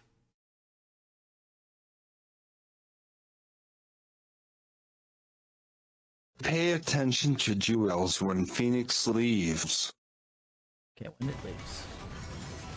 See, it's already up and then and under chains.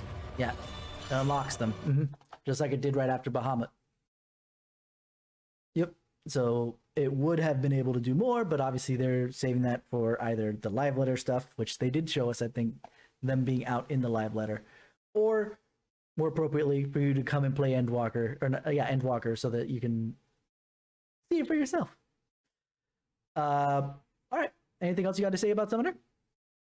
I will say that it's the Red Mage never really appealed to me all that much personally. Let's just talk about casters in general. Black Mage is still my favorite, but the change in the Summoner is making me kind of be like, that feels like fun. Let's see how that rolls. It might end up like the Machinist Bard combo that I have right now.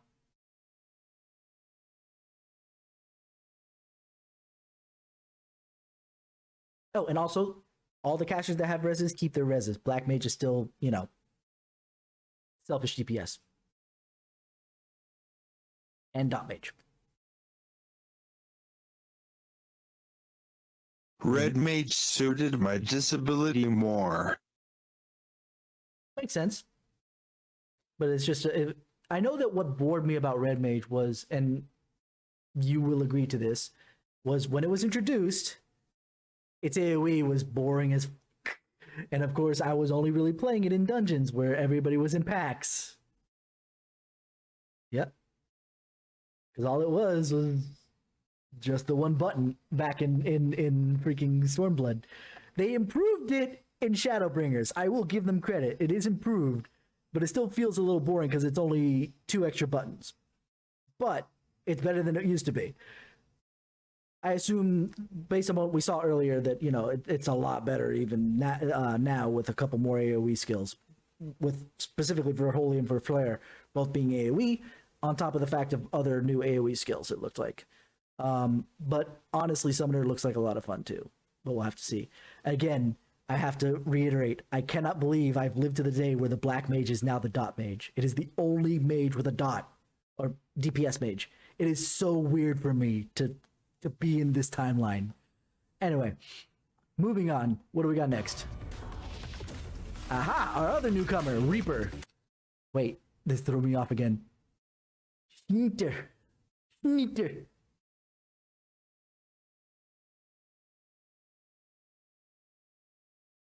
Okay. Real talk. How many Calliope Moris are we going to start to see all over all the servers with this?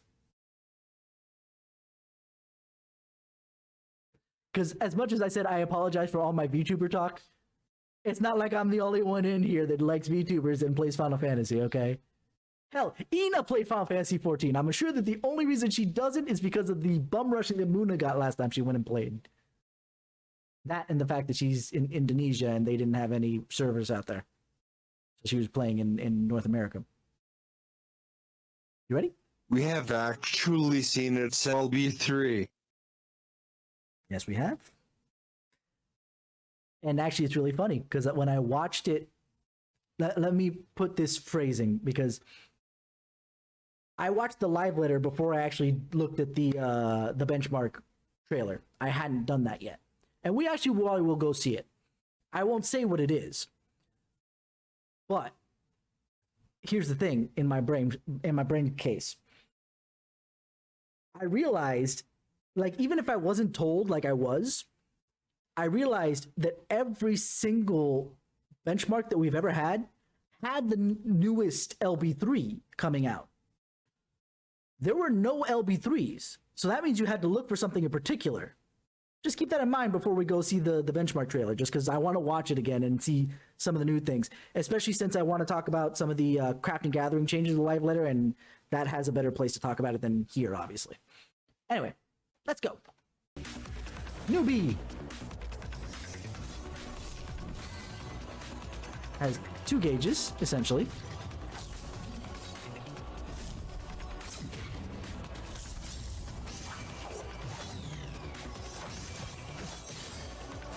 So already, and I noticed it also in the live letter, the thing he left behind, or obviously no longer there, but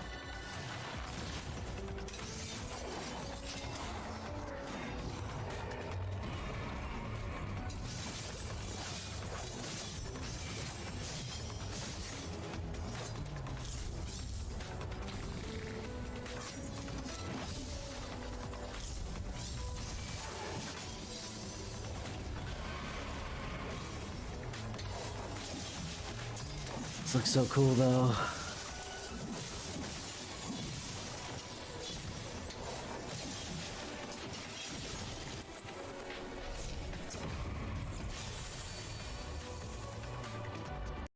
You know, with the fact that this is I shouldn't say the only other one, because obviously machinists have the queen and whatnot, but the only other one that where you kind of like deal with the soul and all that other jazz, just like Dark Knight. I'm sitting there like, I kind of hope that they cross the lore between them just a little bit. Like, if you do Dark Knight, you'll meet somebody in the Reaper storyline that is, you know, related. If you don't, then it's just like, oh, it's this guy, who cares, whatever, moving on, or this girl, who cares, moving on. But if you do, you're like, oh, I know who that is. So a couple things about it I'm sure Shou wants to talk about as well.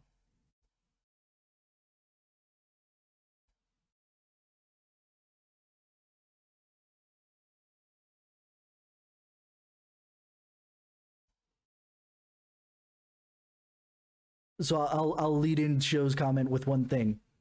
It both has positionals and has no positionals at the same time.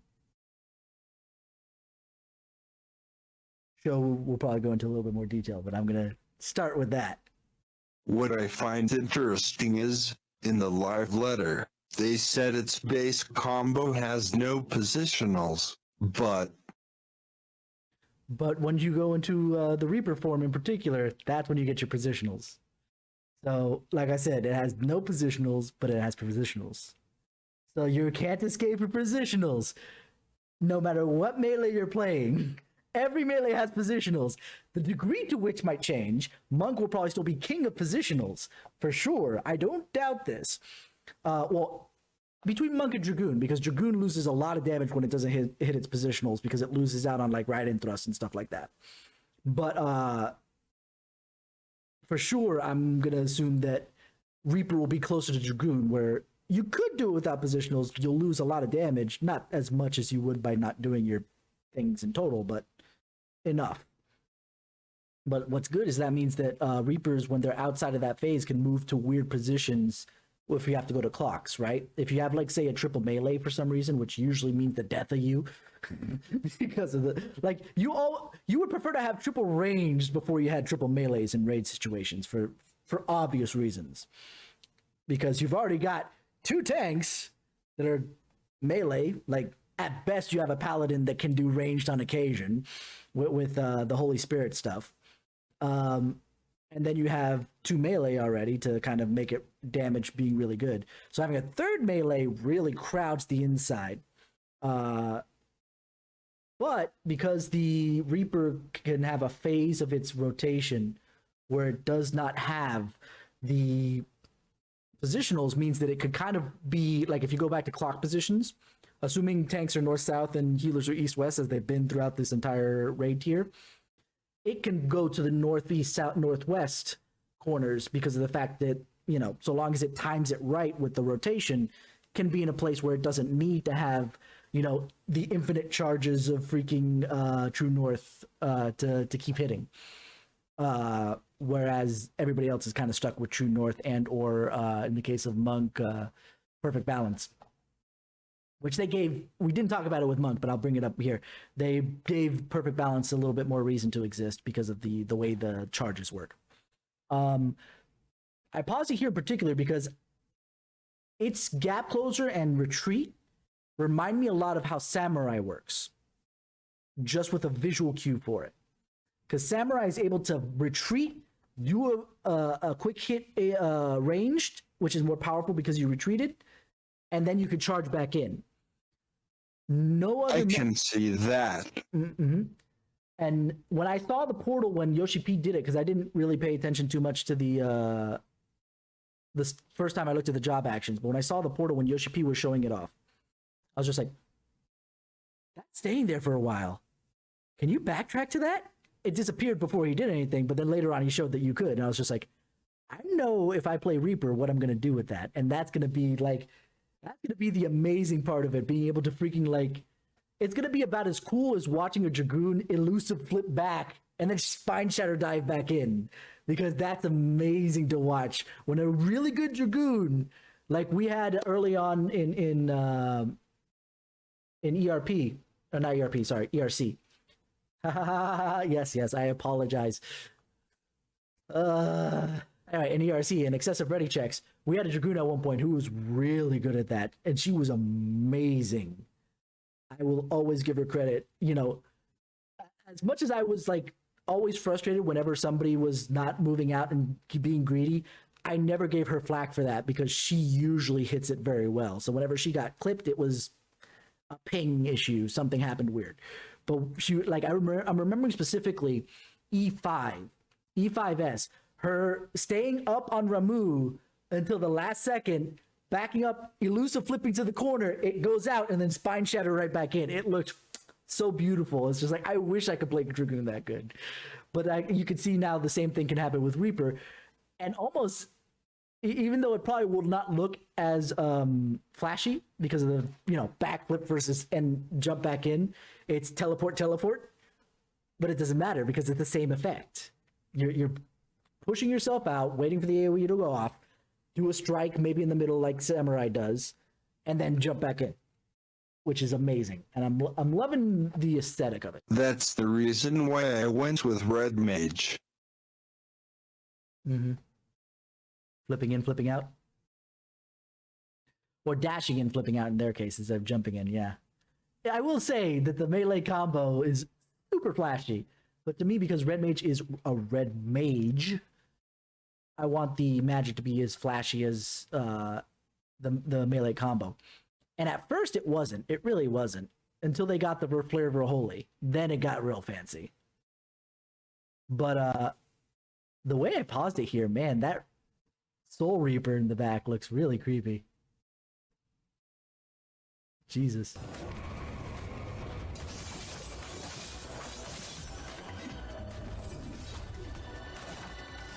Also,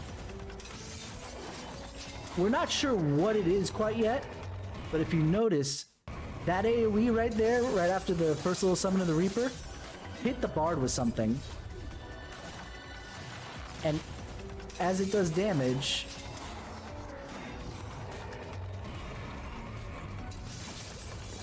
it's almost like animation-wise, it's like you're reaping its soul. I'm very curious to see what it actually does, because obviously it would be very counterintuitive to have a DPS that kills other DPS for its damage. You want to know why it's counterintuitive? Not for any reasons of killing DPS. It's just because you're going to have a Reaper Dragoon combo always, because Dragoons are always on the floor, and the Reaper always wants that to happen. The end. Ninjas and monks will not be in any party. I'm done memeing. Corey's DPS. Oh god!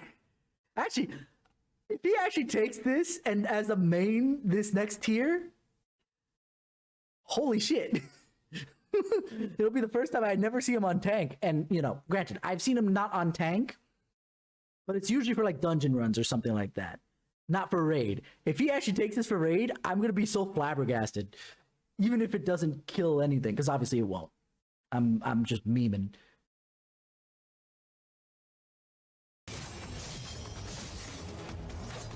But seriously, this feels like a warrior. Like, as far as like its animations are concerned. Mostly because it's a two-handed weapon. Much like the axe. This is where the positions come to play, when this summons happen.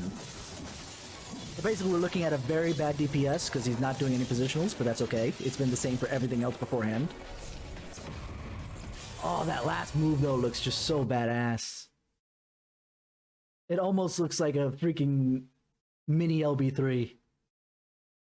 And that's not a hint. It just looks like an LB3 layer level thing. All right, let's see what's last here. Unless you have anything else to add. Let's go. Ah, yes, the expansions class, the Paladin, the Naito, which has been my secondary main class.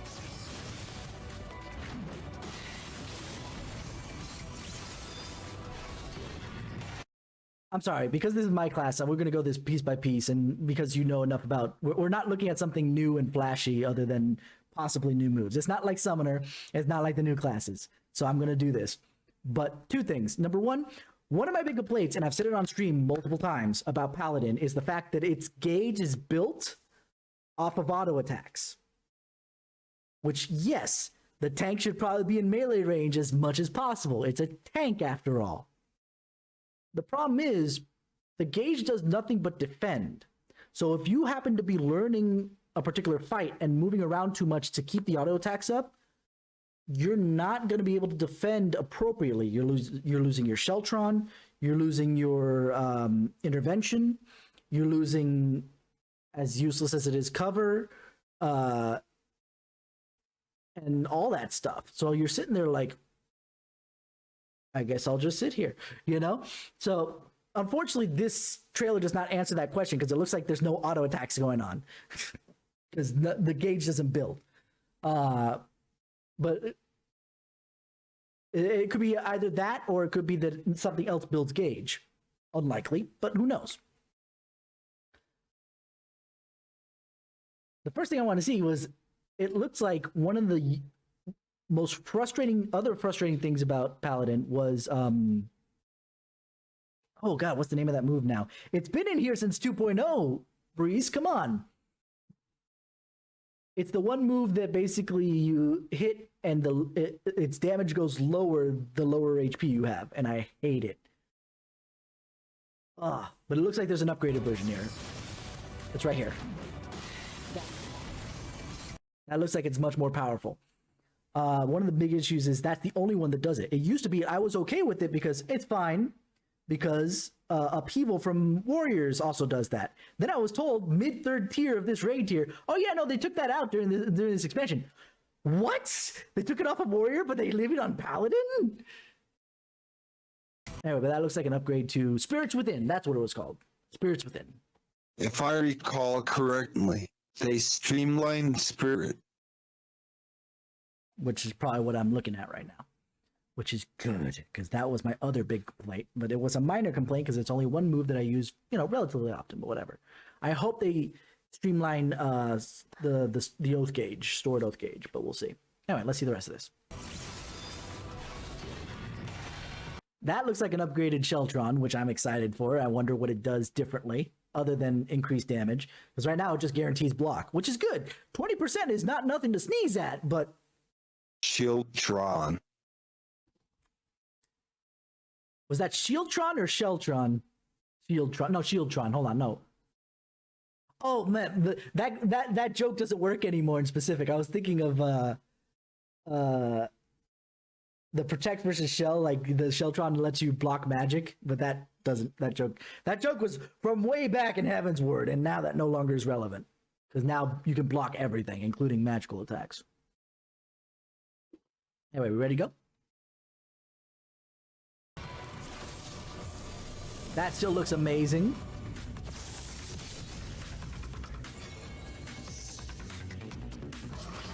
Okay, Holy Spirit, yeah, because he did Requiescat.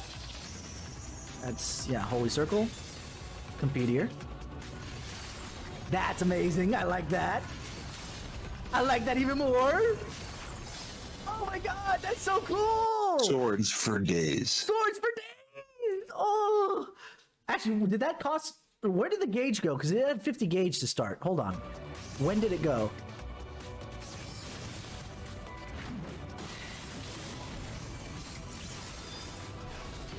Oh yeah, it was for Sheltron upgrade.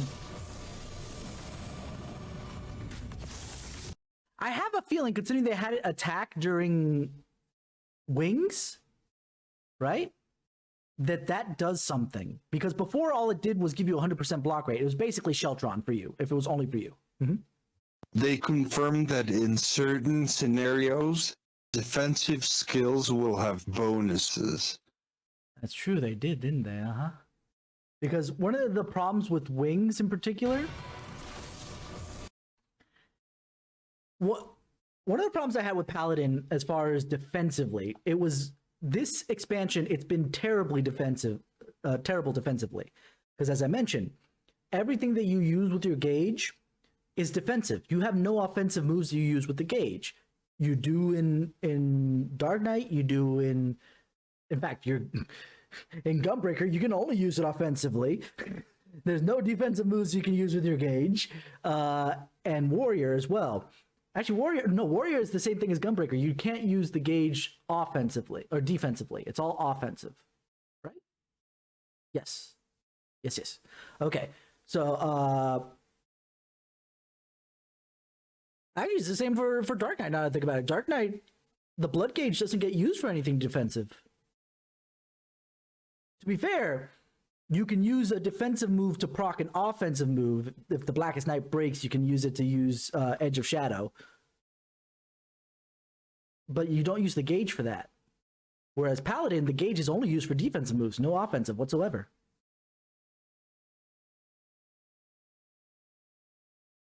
But the other issue that I had with Paladin, and it's a minor issue by comparison, is that all three other tanks' AoE defensive maneuvers, I'm forgetting all their names now. Heart of Gold, Shake It Off, and why am I forgetting the Dark Knight's one? I'm the Dark Knight. Why am I forgetting Dark Knights? Oh my god. Dark Missionary. God damn it. How did I not remember Dark Missionary? Oh well. And then Gunbreaker. Heart of Light is what it's called. Heart of Light. Heart of Stone is the single target one. Yeah, the single target directive. But I'm talking about the AoE one that you hit everything with. But Heart of Light was what I was trying to remember. I call it gold because of the fact that it's golden in color, but Heart of Light. Point taken. Now, all of those hit a radius around it, so it makes it really easy to hit everybody, without trying, essentially. Paladin, unfortunately, has 2, which is better in one respect. It's more than 1 like everybody else has. But one of them is directional. Everybody has to be behind the Paladin, the wings. However, it's the most overpowered thing. So I'm okay with the directionality because it reduces 85% of damage. Or is it 285%? I can't remember. It doesn't matter. It's still a lot higher than most of the other ones. Plus, you get 100% block on top of that. So it's a lot of stuff. But the other one requires you to either heal yourself or a healer to heal you before it hits everybody else but you. So you are still wide open for taking more hits. So it's just like, wow, that was a waste of time. So I hope that they update that one. I don't think we see it here. And if this thing has a proc for the defensive, it'll be interesting to see it be used a little bit more often than it is. But we'll see how that goes. Anyway, moving on. Because there's... That was Requiescat got then, Heal, Holy Spirit, Holy Circle. Confiteor. Cooler Confiteor. Even cooler Confiteor. The coolest Confiteor! Yeah, no, so... Let's just say, I think offensively, Paladin is going to be in a pretty good place now. Granted, offensively, it wasn't in a bad place before, The question is, defensively, where is it going to be at? Obviously, the new Sheltron might cause something cool to happen, considering we saw specifically that they use the wings on their own, which makes no sense to do, considering, like, if it was a new move, then fine. That's why they showed it there, using it at that point. Not a problem. But that it's not, why are we seeing it? Especially, why are we seeing it take a hit? There must be something going on there. And we'll have to see how that pans out. Do you have any other thoughts before we move on to the other trailer, the benchmark trailer, so I can talk about the changes to gathering the Disciples of Hand and Land? Can we at least admit that, you know, obviously we're all super excited beyond the story that is still amazing, except for, unfortunately, our two villains are not the best right now. Hopefully they make some good adjustments. If I'm being absolutely candid, and I'm sure Shou will be in a moment too, I'm kind of tired already of Xenos and Fandaniel's just trying to be the Joker, but not as charismatic. So I don't know. Other than that, like, the stakes are good. The stakes are great, but the villains are weak, in my opinion. But at least the story will wrap up in 6.0 proper. Yeah. So the 6.1, 6.2, 6.3, etc. is building towards the next story. We are wrapping up specifically the Zodiac versus my brain broke again. Why did I remember Zodiac, but I don't remember Heidelin. I said it right at the same time you said it. Heidelin, Zodiac and Heidelin, their story, their influence upon the world's events resolves at the end of 6.0.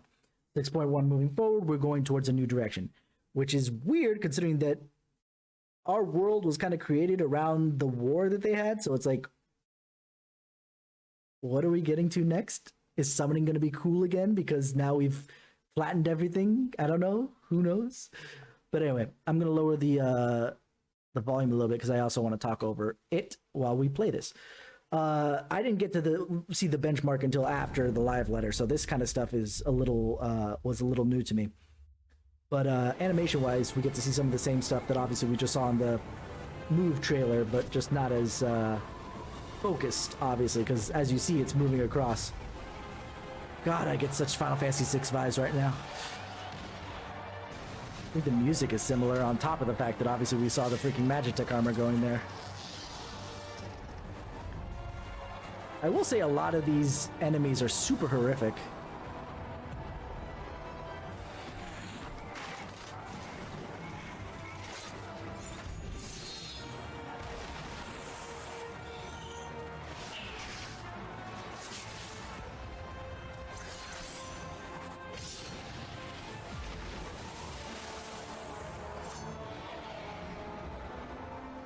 It's interesting we're fighting alongside Garlemald. It is a little weird now, isn't it? Dirtblander looks weird. Is his hair a little bit longer than the last time we saw him?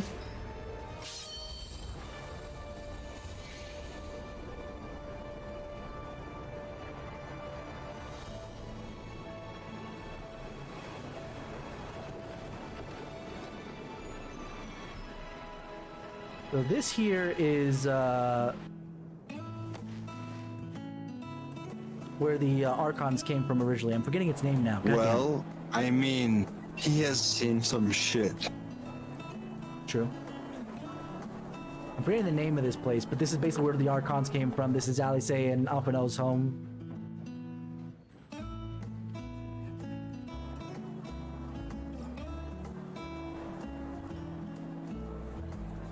This looks like this might be the Crystarium of this expansion, maybe. Old Charlian. Yeah, Old Charlian, right. Or you could just call it Charlian. Or we gotta call it Old Charlian. I wish they were first.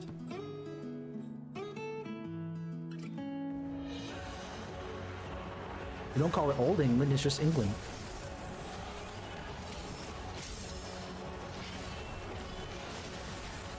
That monk, oh no, that's a warrior combo. That looks interesting.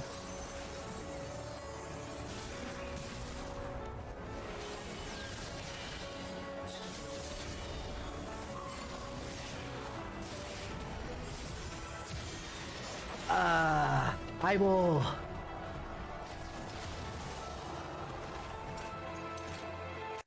You know, the one thing, sorry, I had to pause the thing. The one thing I hate about the benchmark trailers is stuff like that. Whatever that hit is will not take you down a monster in one shot, and I'm very disappointed because I saw it here. It's the same stuff happening in the Heavensward trailer way back when. We saw this cool Dark Knight come in and take on the first dungeon, and it can't do everything by itself with one hit. It's so, it almost, I know that it's a trailer. I'm very much aware. I'm kind of memeing on this, but it does feel a little bad that you see like the character be able to do this, but then it's not able to in gameplay. But I get why. It's fine.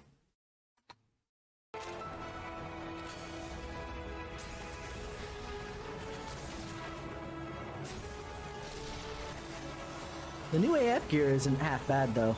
I don't like the palette.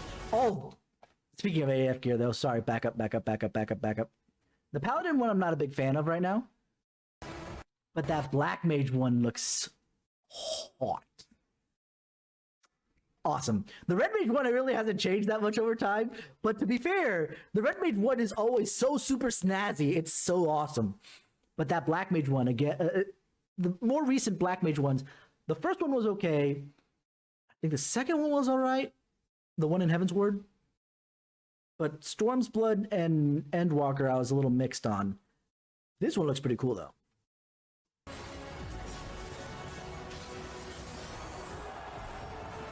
Hi, Lise.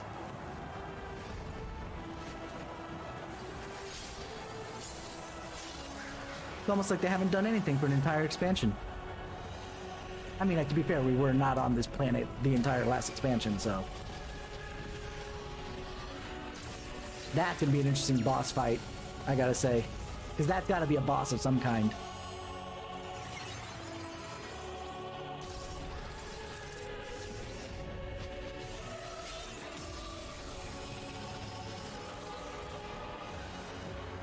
Proto-Omega. Proto-Omega? Oh no.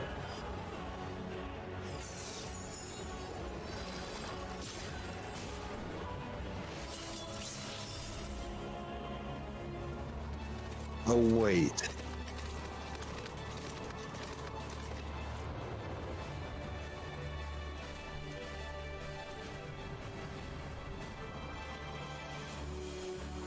Alpha Omega.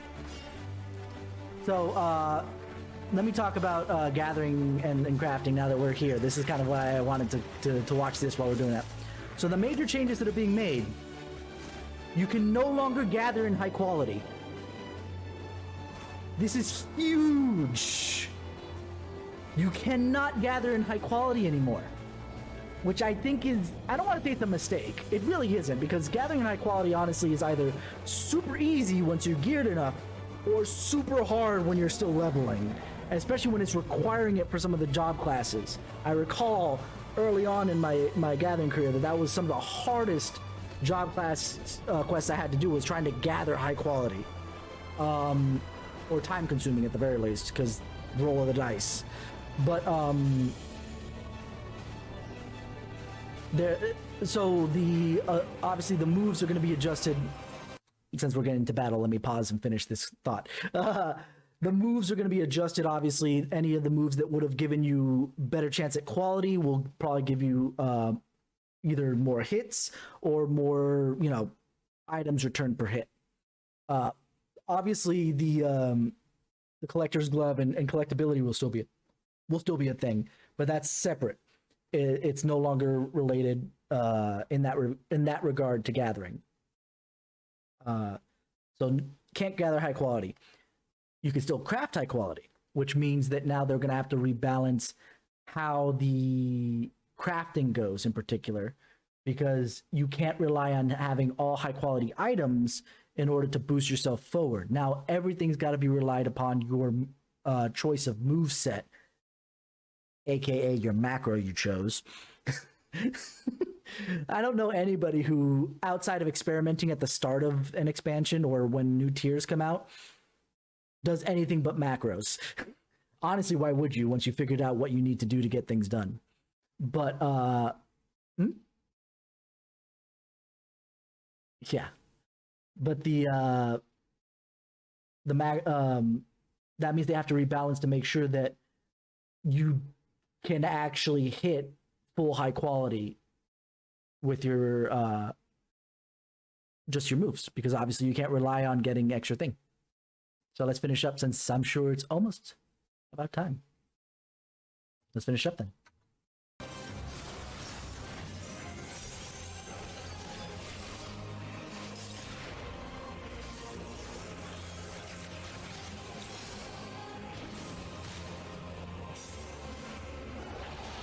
You know, a lot of these monsters are reminding me specifically of stuff from Void Ark.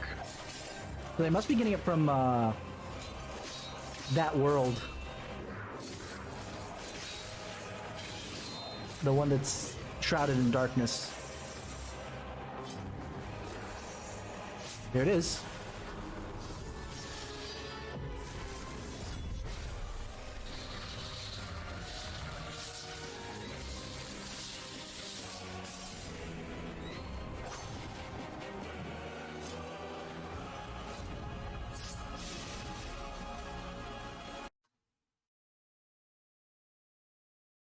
I did say here it is. I know what you were probably pausing me for. This shot bugs me.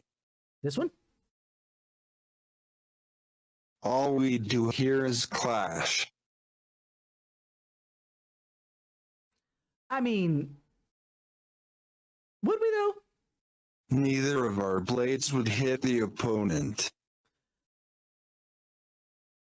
I mean, here's the problem in particular, from my perspective. Yes, you are correct at this range, but the thing is, we're still having forward momentum. It's just that, you know, stylish anime slows it down, so we're not moving forward anymore. Major issues, obviously, he's our Derplander's already fully extended, so that's a problem.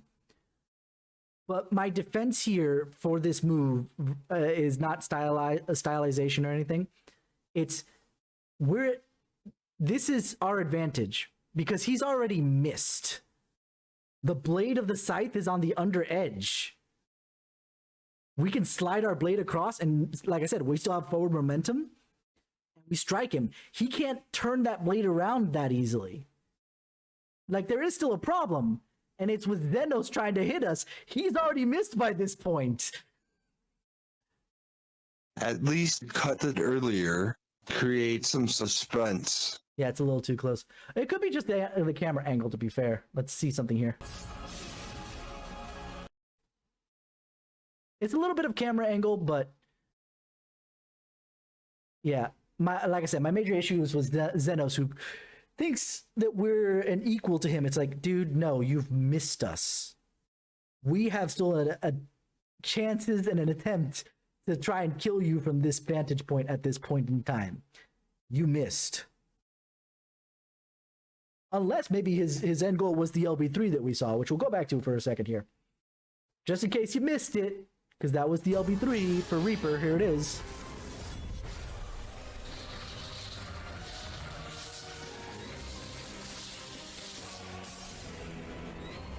Can confirm Warrior of Light can survive an LB3 with only... well, actually, can't. We'll have to confirm, I should say. The Warrior of Light can survive a... what's it called? An LB3 with only Scholar Shields and a block. We'll have to go back to Warrior of Light Extreme and test that out. The level 5 LB does not count. It has to be level 3. Anyway, but I'm stoked.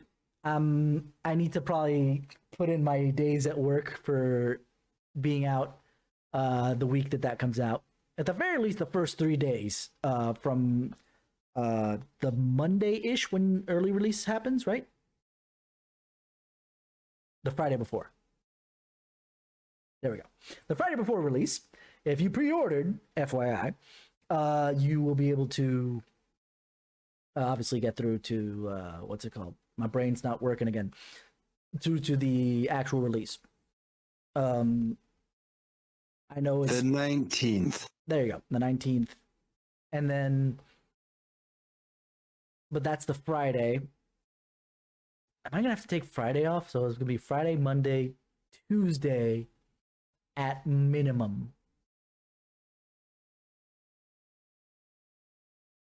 If not, going all the way for the full week after that. I know I have a lot of time off from work I can use. I had there's this kid that I work with that was just like, you're gonna take time off of work for the expansion? It's like, yeah, dude, what are you talking about? Wouldn't you take time off from work on a day your game came out? It's like, if I had the time to do, it's like, yeah, you just started. I've been here for a couple of years. I have the time to use.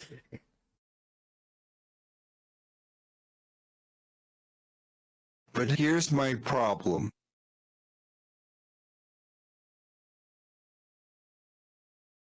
With the release date? SMT5 releases the week before. Yeah. It's a good thing I'm not into SMT yet. Yet. I know. Yet. I have plenty of other things that I'm going to have to get through.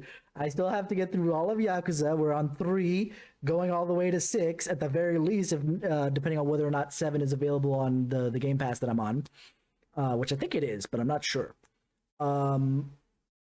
Then I've got Metroid Dread coming out next month. Not to mention Pokemon coming out in November as well, on top of SMT. I have no time for this shit. But anyway, yeah, so that was basically most of the live letter there. It'll be interesting to see how most of that stuff plays out. I'm interested in the crafting a little bit to see how that works.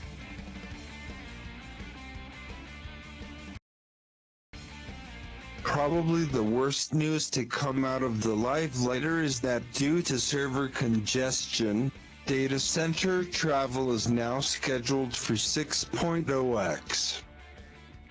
It was originally scheduled for sometime in October.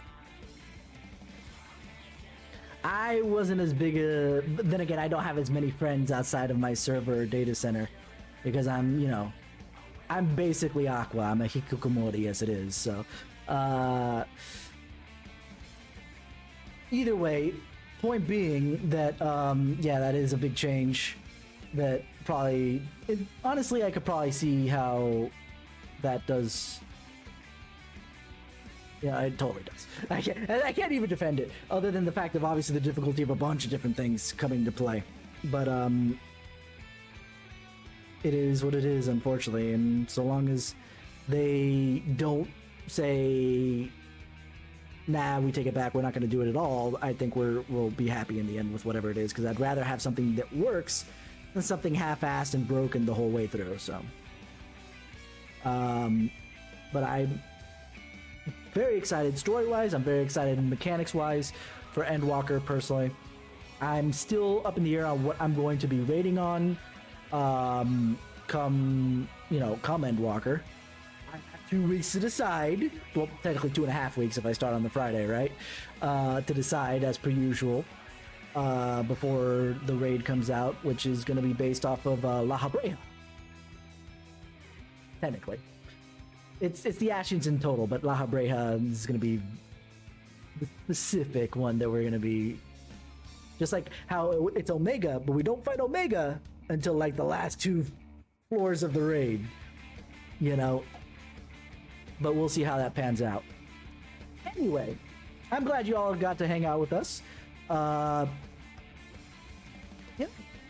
Joe, you have any last thoughts, words, etc.? Where can we find y'all? You can follow me on YouTube and Twitter at It's Showtime. That's show with a U instead of a W. And on Twitch at ShouraiLive. That's ShouraiLive.